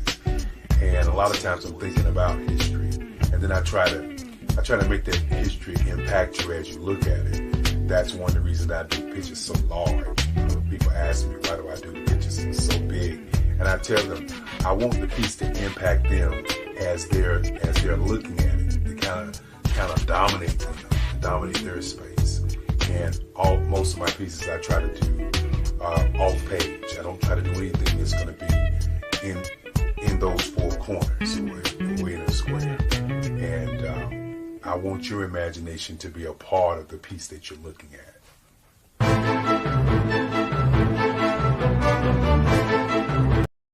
I am from Washington, D.C., but I was raised in Durham, North Carolina. I came to Durham when I was about 5 or 6, and then I traveled back and forth to D.C. because it's where my people are from. One of the unique things about my family is my mother, she's also an artist. She does quilting, and she does a lot of artistic things. And then my son, he draws with both hands, his right hand and his left hand, like I do. So that's kind of a family trait. And then my other son, he's a videographer, and my daughter, she works, she's a regional vice president for Sunglasses. When you start out drawing and sketching, you want to continue to explore, you know, each avenue. I do pastels, I do pen and ink, I do painting, I do acrylics. I haven't done oils yet, but I try to do all facets of art. What I say to a lot of times to people is, you know, you can't put yourself in a box when you're an artist. You have to explore. And over the course of my life, I've tried to explore different mediums. I also do sculpture as well. I choose my subjects by the intensity that they have in their faces, or the intensity that somebody is moving, because I do more than portrait drawings. I also do I do abstract, and then I do figurative drawing also. Well, what happened in this particular show is that I started out trying to come up with something that would be a little bit different than what everybody else is doing. So I was working on a Barack Obama show, and they wanted me to do some paintings of Barack. And so what I did was, because of the deadlines, I kind of did it kind of fast. And then I realized when I was doing it fast, I enjoyed it. And so then I started doing other pieces the same way, and I started to enjoy those pieces also. And so I came up with this particular style, and it's a style of lines and colors. And what's interesting is that when I was in college, I did a show called Lines, Colors, and I talked about the boldness of the blacks, the hotness of the whites, and this is how this is come about, later on in my life. And the colors comes from a lot of the entertainers that I work with, where they wear different colors. They don't wear, your plain reds or your whites. They wear different colors, and so that's also another piece of what's giving me the colors. The subtitle of this show is Faces That Speak Life. That's real critical. Faces that speak life. Each one of these pieces is a life source and a life energy that's being put on display for people that are looking at them. I always say in terms of my art, it's not important that I draw them. It's important what you get out of what I draw. I don't try to just draw it because you like it. People wanted me to do prints. I didn't do prints. People asked me to do different people, but the people that I choose are people that make a difference in the lives of people in the world. So the human landscape idea was, again, as I say, the lines represent your emotions, it represents your ideas, and it represents your journey as a human being. And that's why you get the different pieces and the different looks. And as you notice, I try not to do one look that looks alike another look. And that's what's the most important part of this show.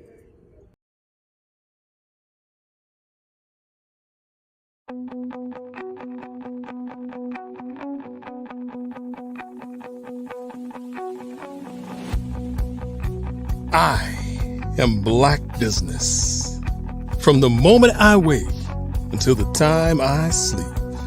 Yes, I am Black Business. I am Black Business. Tell me, are you Black Business? I am Black Business. Do you support Black businesses? Listen, I support Black business because I am Black Business. Black Business Expo. One of the largest business showcases in the history of Black business in the world. The world! Sign up today at www.blackbusinessexpousa.com or call 919-308-9090. I am Black Business.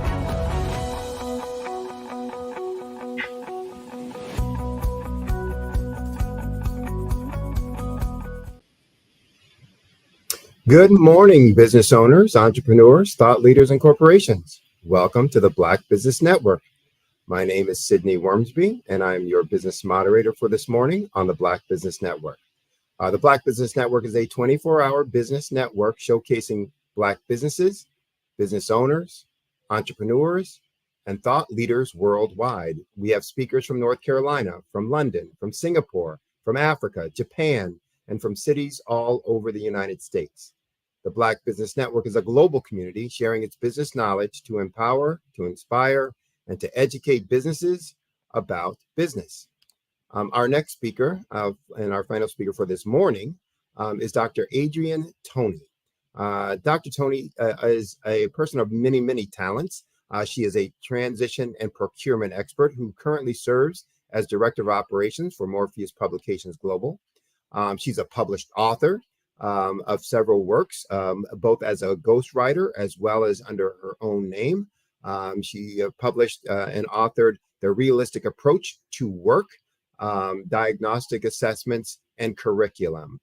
In addition to that, she's held many other, positions and responsibilities, but her specialization is in training and development programming, creating and facilitating train-the-trainer workshops, regional and statewide transition expos and conferences, which include pre-ETSs and workforce assessments, career explorations, work-based learning experiences, summer camps, youth community service projects, and for both post and secondary academic and professional development training. So you can see that she stays really busy, really active, really involved, and really supportive of the community. So if you'd welcome and help me welcome to our program, Dr. Adrienne Toney.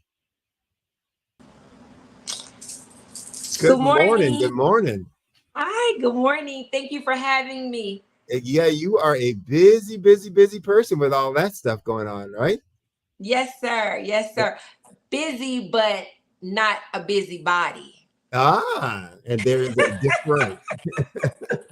Well, I know you have a lot to say and a lot to offer, so I'm gonna, get out of your way, let you address the audience with your topic. And as we say, genius is common. I'll see you on the other side. Wonderful. Good morning to the Black Business Network. Thank you so much to the administrators, creatives. Thank you so much to Dr. Kelly. Thank you so much to all of you for spending this bit of time with me. It is invaluable that we use our time very wisely. So with great brevity, I'm going to cover a subject matter for which I have a big passion, but I've also seen throughout every industry, whether it be in academic settings, whether it be in the Teamster negotiations that I did as a very, very young person in the city of Chicago, where I was born and raised. So shout out to everybody that's in Chicago. I always tell everybody Chicago is the city where giants are made. And so I'm very pleased to share with you in a brief amount of time over 30 years of experience. And customer service really is how I cut my teeth. After graduating from high school, I went off to the military. And when I came home, I was injured. And when I came home, we didn't have Google or anything like that. We simply had telephone books, the newspaper for job openings, job listings. And what I did was I wanted to seek out the very best organization or business at the airport. I started with wanting to find out about the car rental industry and then the airlines. And so I started with Hertz Car Rental as a customer service representative. And this was in 1990. And the one thing that Hertz did for me, and it shifted the real trajectory of my entire life, was that my onboarding process for Hertz was one by which I now have lived by and have benefited from, and that's what I'm going to be sharing with you this morning. The onboarding process to any organization first has to come from a very solid foundation of the business itself. And so at the time when I was being introduced to the world of work, I had been working since I was 14 years old, different jobs and things like that.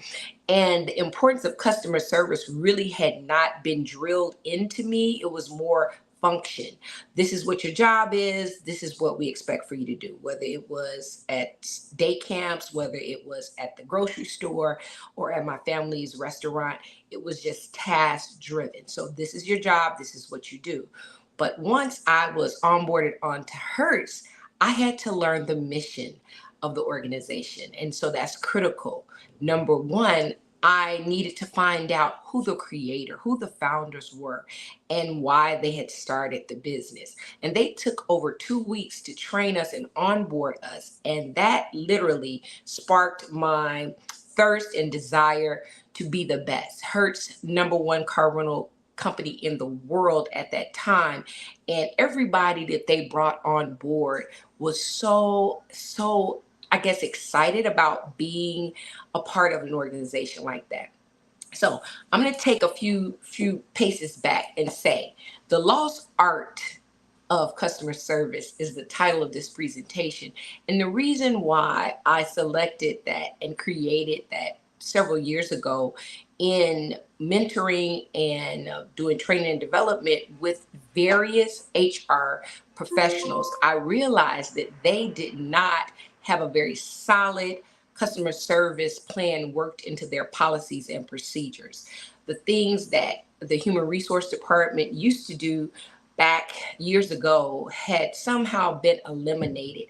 And I started seeing where people were slipping through the cracks in terms of making sure that all of the staff, all of the employees, all the partners were very well versed in the mission, the vision, and the goals of the organization, right? So the lost art of customer service is really my answer to bringing that back to life. And so when I look at the word loss, right? Okay, so by definition, it says unable to find one's way, not knowing one's whereabouts, being off course, off the right track, adrift, detached from people, persons, places, or things. And the unfortunate part about being lost and in the world of work, sometimes people feel lost. They go into a job and they just don't, they may not understand the whole entire goal of the organization, the mission of the organization, the whys, because being very transactional in terms of HR, you're hired, here's your badge, here's your benefits package, and here's the handbook, the policy book. Believe it or not, some organizations don't even have an employee handbook that's readily available. At the beginning, when you first start, it's like, yeah, we're going to take you through these paces, but not enough time is really spent making sure that they have a strong and solid foundation of understanding all that goes into the human resource department, what benefits there are from speaking with your employees throughout that entire onboarding process. And exceptionally, once they become vetted and are now employed with the company or business. The other one is art, right? So the lost art. Art is something that is created with imagination and with skill, and that is beautiful. A person, place, or thing that expresses important ideas or feelings. And so big business, successful businesses are beautiful businesses. It brings joy not only to the actual employees to be a part of the organization, but also to the consumers, also to the partners, to those that you will collaborate with.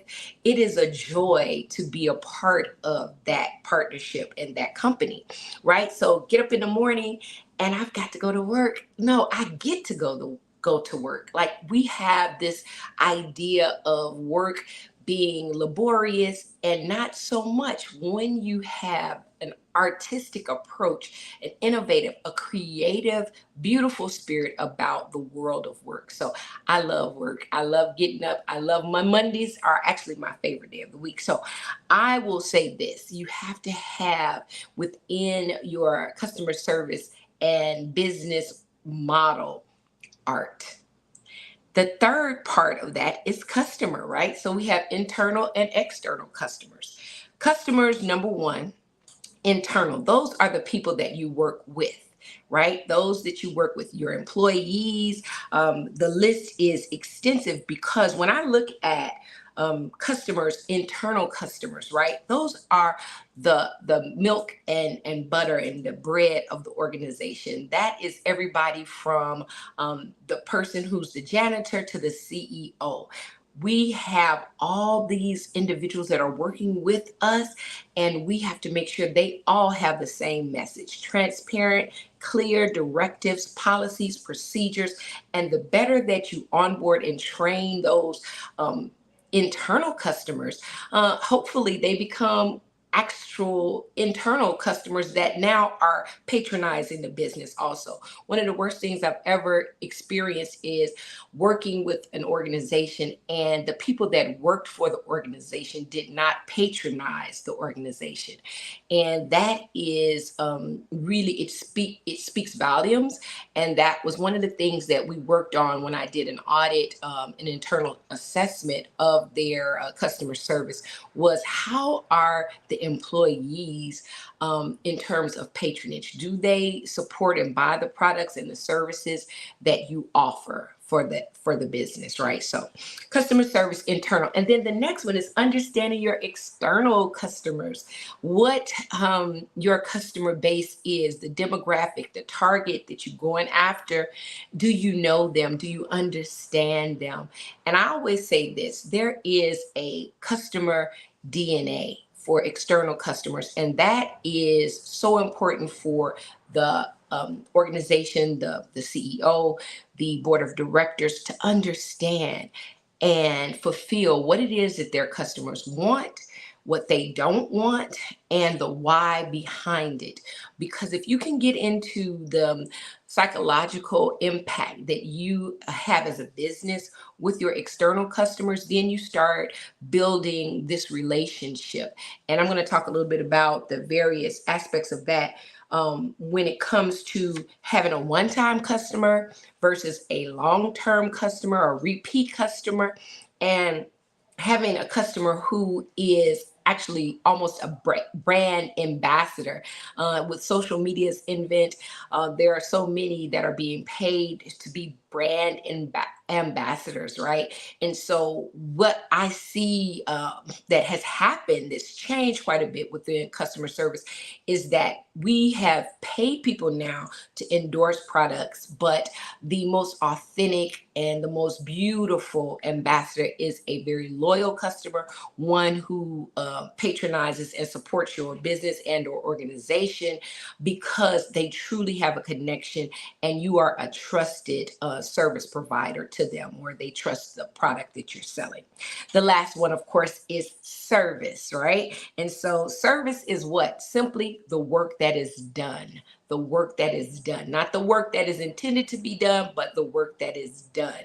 I always say to everyone when we talk about documentation, if it is not documented, it did not happen.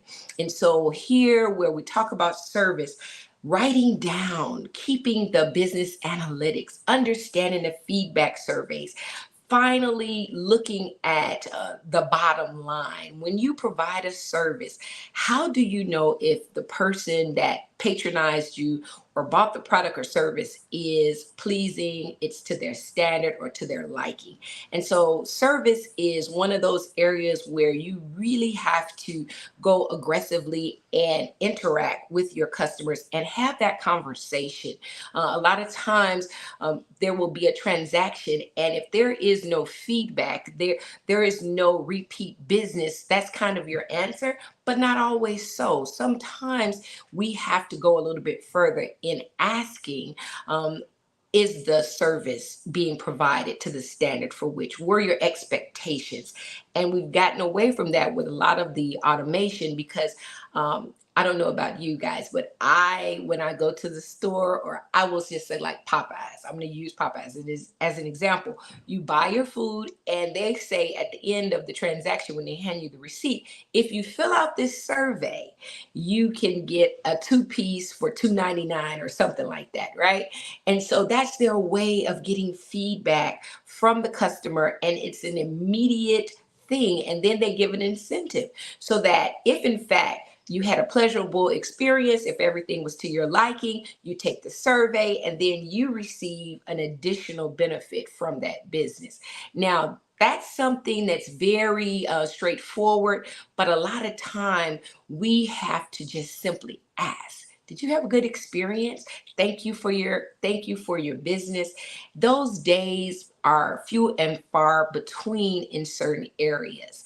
And what I want to now open up and start talking about is the various ways in which customer service goes across every industry, every discipline, from the White House to your house. We teach people how to do business with us. And the way we do that is by the way we do business. Okay, so I'm going to say that again. We teach people how to do business with us by the way we do business. And customer service has to be a very, very strong part of the DNA, very intentional and deliberate if you're going to succeed and bring about monetary gains. That being said, the word VIP, right? It's an acronym. And we hear about VIPs, celebrities. Oh, everybody is so important. They want to get on the list to get into a certain club or a certain restaurant. VIPs, even when you hear the word VIP, you think about a very important person, maybe a celebrity, maybe someone that is of high status and rank. Well, I found this out over the last 30 years, that the businesses that treat all of their customers as VIP, return on investment of that mere designation being given to every one of their customers, and they even respond to the general public in this way. And I wrote this for, if we look at luxury and 5-star private brands and companies, at the heart of what it is they do for customer service, it is that they treat all of their customers as VIPs.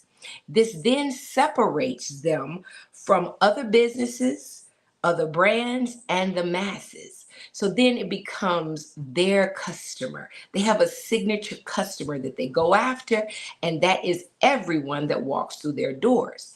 That's a lot different than many organizations who make the VIP designation for only individuals as a hierarchical way of treating their customers. So if you spend X amount of dollars, we're going to allow you access to this. If you have a certain status, we're going to give you access to this. Well, the very good customer service companies and luxury brands and individual businesses and organizations that treat all of their customers, potential customers, as VIPs, they then separate themselves as a business from other competitors. And that's a competitive edge that cannot be beat.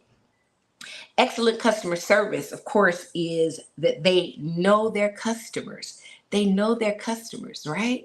And so one of the industries that I was fortunate enough to have as an upbringing back in Chicago, my grandparents all worked throughout the culinary arts and restaurant industry. And one thing that always helped with every customer, it's not the customers that are pleased with your service, it's the way you deal with the customers who are displeased with your service. And again, I go back to my luxury brands and organizations. They do a very good job on the front end to ensure that they are asking the questions of those customers to know how they can best serve you, right? So when I was back in Chicago and we were at the restaurant, my grandmother would always ask the customers that would come in, and it didn't matter who it was, she would always ask, what can I do for you today? How can I help you? What are you looking for? What do you have a taste for?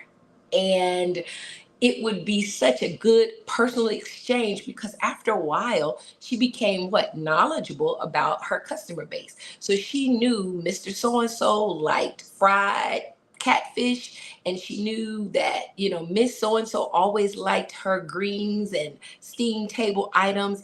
And then when they would come in, by name recognition, and this is something, again, customer service, that you have to get to know your customers and you have to be knowledgeable about their likes and dislikes. And that then, when something happens, allows you to address it with the same fervor as when you welcome them in. I'm very sorry that happened. I'm sorry that wasn't in the bag. I am sorry for X, Y, and Z.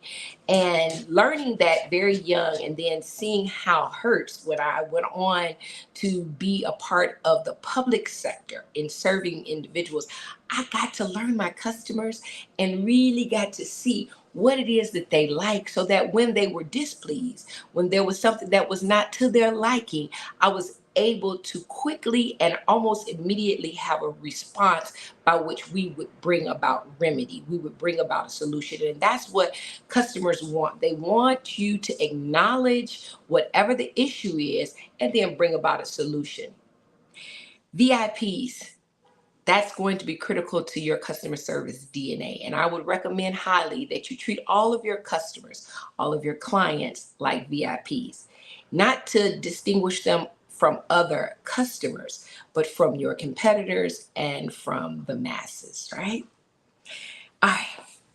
I'm now going to talk about a dynamic infrastructure of putting together the best team so that whoever is on the front line, and believe it or not, everybody's on the front line because everybody's being watched. Remember, we have to understand both the internal and external customer service base. So from the CEO to the board members, to the stakeholders, to the individuals that you do business with within partnerships, there has to be a dynamic infrastructure. And again, we're always teaching people how to do business with us by the way we do business. And wealth defenders are a part of that team for good customer service. Once you have put in place your employees and partners and collaborations, you also need to be mindful of the way that you do business with your suppliers, the way that you do business with your accountants and lawyers and public relations, agents, physicians. Everybody that knows that you have this business is potentially a customer or they are potentially not a customer, which would mean that you have X'd yourself out for them actually patronizing your business. Now, that's a loss of opportunity and gains, because everybody that we interact with should be that is aware of your business, and if they have the need for your services or products, should be considering you as a potential business that they would like to be a part of and or support.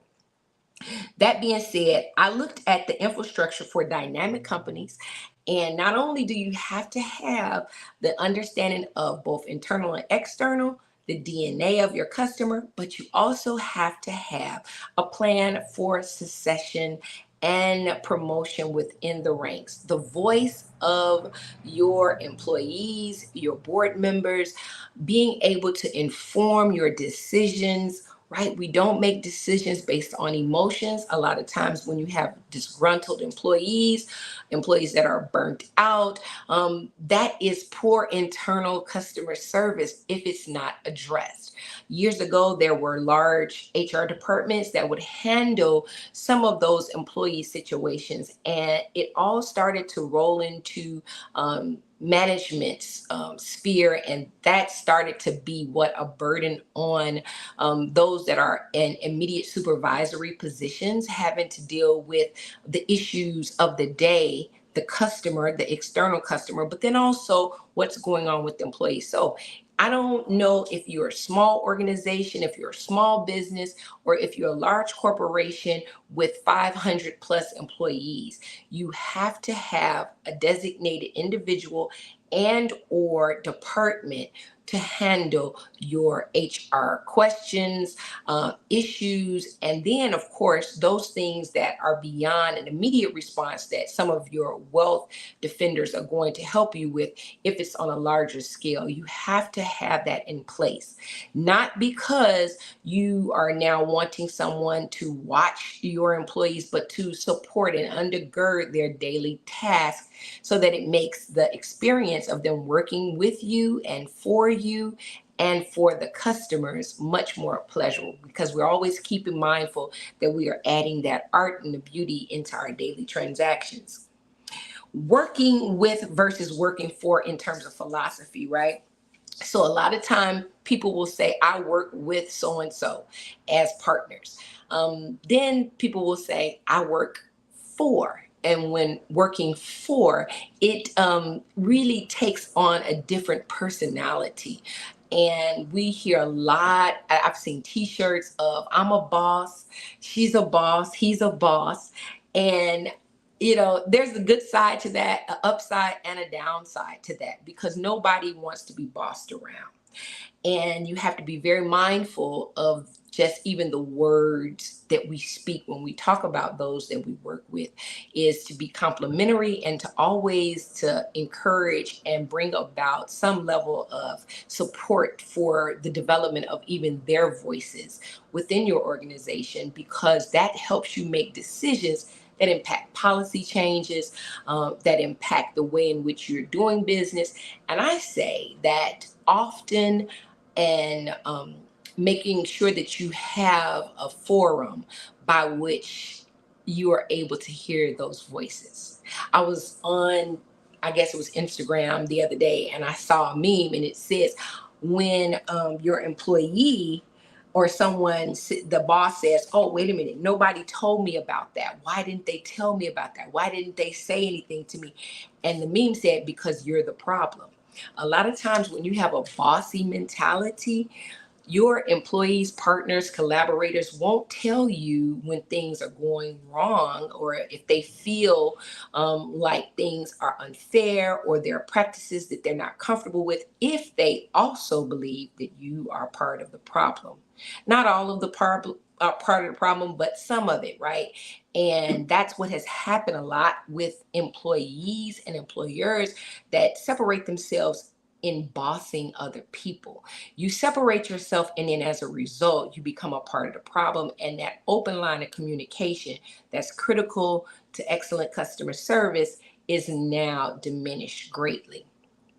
So I'm going to give you some tips. And what is a tip, right? So to ensure promptness, to ensure priority, to for me to ensure prosperity and that the relationship flourishes, and that regardless to whether it's an internal customer or an external customer, partners, and the community at large, because you have to be mindful that customer service goes far beyond just the transactional relationship.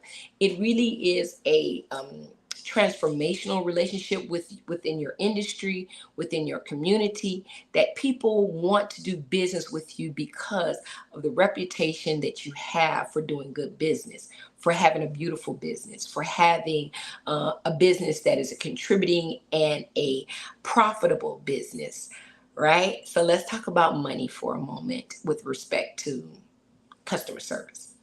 Money and capital gains, just like when we talk about quarterly reports and performance reviews, things of that nature, all roll back toward customer service.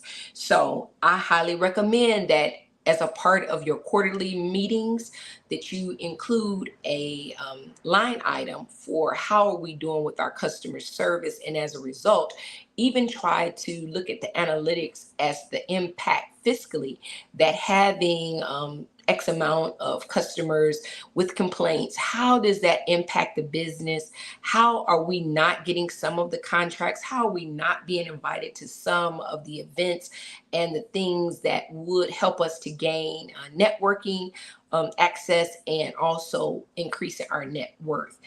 That's sometimes difficult for the entire organization at one time, but if you are quarterly meeting and you're keeping notes and you have designated that infrastructure, as I said earlier, that handles the human resource aspect of the business, which also includes training and development, you are able to better make decisions, not on emotion, not on a person screwed up, a person messed up, and so now we are going to do what? Fire them because they broke policy, but also to help make decisions on how you can do business better. Quarterly reports. Hey, Sydney. Hey, how are you? I'm doing good. Get like the Sandman on Apollo, right? I know, right? Well, we are running short of time, so I did want to ask a couple questions. Come on One, with it. before we run out of time, I want to make sure people have a way to reach you. So tell everybody out there, what's the best way for them to contact you if they want to work with you, have more questions, etc. All right. So I will say for business inquiries, for consulting, for doing and for having me to come and do a diagnostic assessment of your customer service, it would be straightforward. Email me. Email me. That is the most preferred way that I like to be able to, because I respond within 24 hours of receiving every email. And so I would like for them to email me. Okay.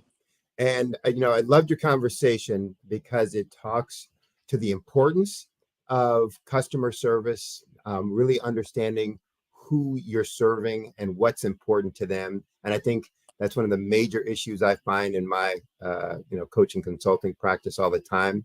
One of which people just don't know what their target market really wants, thinks, feels, needs, etc. So great that you're highlighting that, and great that you're highlighting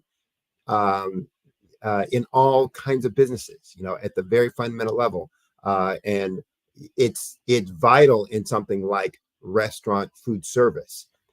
People see it all the time, and understand it, but it's like, it's the same thing everywhere else. So is there anything you'd want to highlight, from that and your experiences?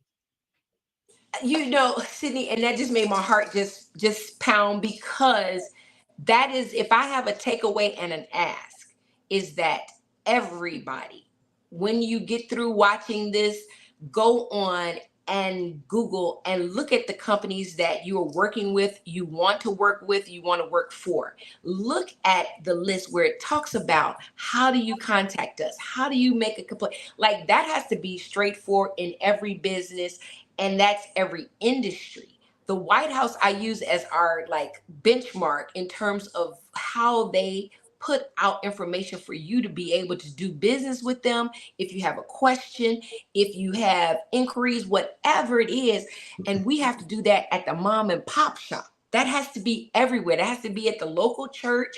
That has to be at the Boys and Girls Club. That has to be at the school. That has to be at the universities. That has to be everywhere we do business. And I believe that because our country is so great, and one of the things that America has, and I know this is a global platform, and so I'm going to say this, is their customer service. You cannot beat a live customer service agent in your organization that's going to make sure that they are hitting those marks so that you can make good decision and capital gains and hopefully monetize and make a lot of money.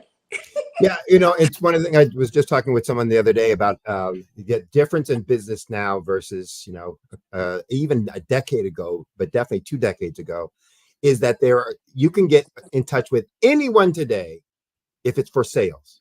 Yes. It is almost impossible to get in touch with anyone in a business today if you got a question, a problem, an issue. And that's where customer service is most important, most critical, but where you also start learning what is really important and needs for folks. You know, so that process is critical, and we forget about it because it's like, I don't want to deal with that, either because we don't want to deal with it emotionally, or that costs me money. That's not getting me any sales. Oh, it's losing you money if you don't deal with it right. Wow. And employee retention and employee burnout and volunteer and, you know, all of the things that you don't understand why you're not quite hitting the mark in the business realm is because some customer service, whether it be on the internal or the external, you're missing the mark and people aren't happy. At the bottom line, I'm not pleased. I'm not happy. It doesn't serve me. And so they show that by the lack of support, the lack of patronage, you know, and then you wonder why, like, what can we do better? Well, now you've already lost all these opportunities. You've already lost them. So yeah, that's critical. And I will say this too, for me, understanding when people come to a business, everybody from the front door to the back door has to have and understand the goals of that organization. Putting people out just to give them a task, and you're going to ultimately you're going to do yourself a disservice. So I would say highly recommend, if you want a free takeaway from this lesson, is please train and develop everyone about your business DNA, your organization, what your goals, what your missions are, and have that then be a part of their voice as they speak to your customers and clients. Well, we are going to leave it there. You guys have it from the doctor. That's her prescription. So thank you very much, Dr. Tony, for being here and all of your words of wisdom. Look forward to having you here again in the future. And as I say, genius is common. We'll see you on the other side. Thank you. Bye. Hello, I am Dr. Eric Kelly III, the visionary strategist and founder of the Black Business Olympics. I invite you to showcase your Black-owned businesses on the Black Business Network global stage. The Black Business Olympics is a global Black Business Network platform that propels Black-owned businesses into the international spotlight. By showcasing your business on the Black Business Olympics platform, you can reach a worldwide audience of potential customers, partners, and investors. You can also establish yourself as a thought leader and expert in your field, attract lucrative partnerships, and more speaking engagements. In addition, the Black Business Olympics platform provides a valuable opportunity to connect and collaborate with like-minded entrepreneurs and business professionals from around the world. This can lead to new business opportunities, ideas, and relationships. Finally, by sharing your story and expertise on the Black Business Olympics platform, you can inspire and empower others. This is a powerful way to make a positive impact on the world and leave a lasting legacy. If you are a Black-owned business owner, I encourage you to seize the opportunity to showcase your business on the Black Business Olympics platform. It is a once-in-a-lifetime opportunity to make an indelible mark on the world. Be one of the 1,000 visionary entrepreneurs who are changing students' lives, shaping industries, and leaving an unforgettable legacy for their families. Unleash your voice on our global stage and watch your business thrive. Black Business Olympics is one of the largest Black business showcases in the history of Black business in the world. Yes, the entire world. Just give me a call today at 919-308-9090.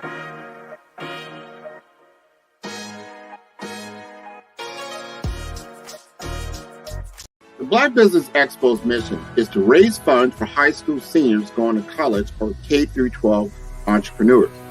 This expo is a fundraiser for students. Please, you may go to www.blackbusinessexpousa.com to donate to the scholarship fund or use the Cash App at $BBXUSA.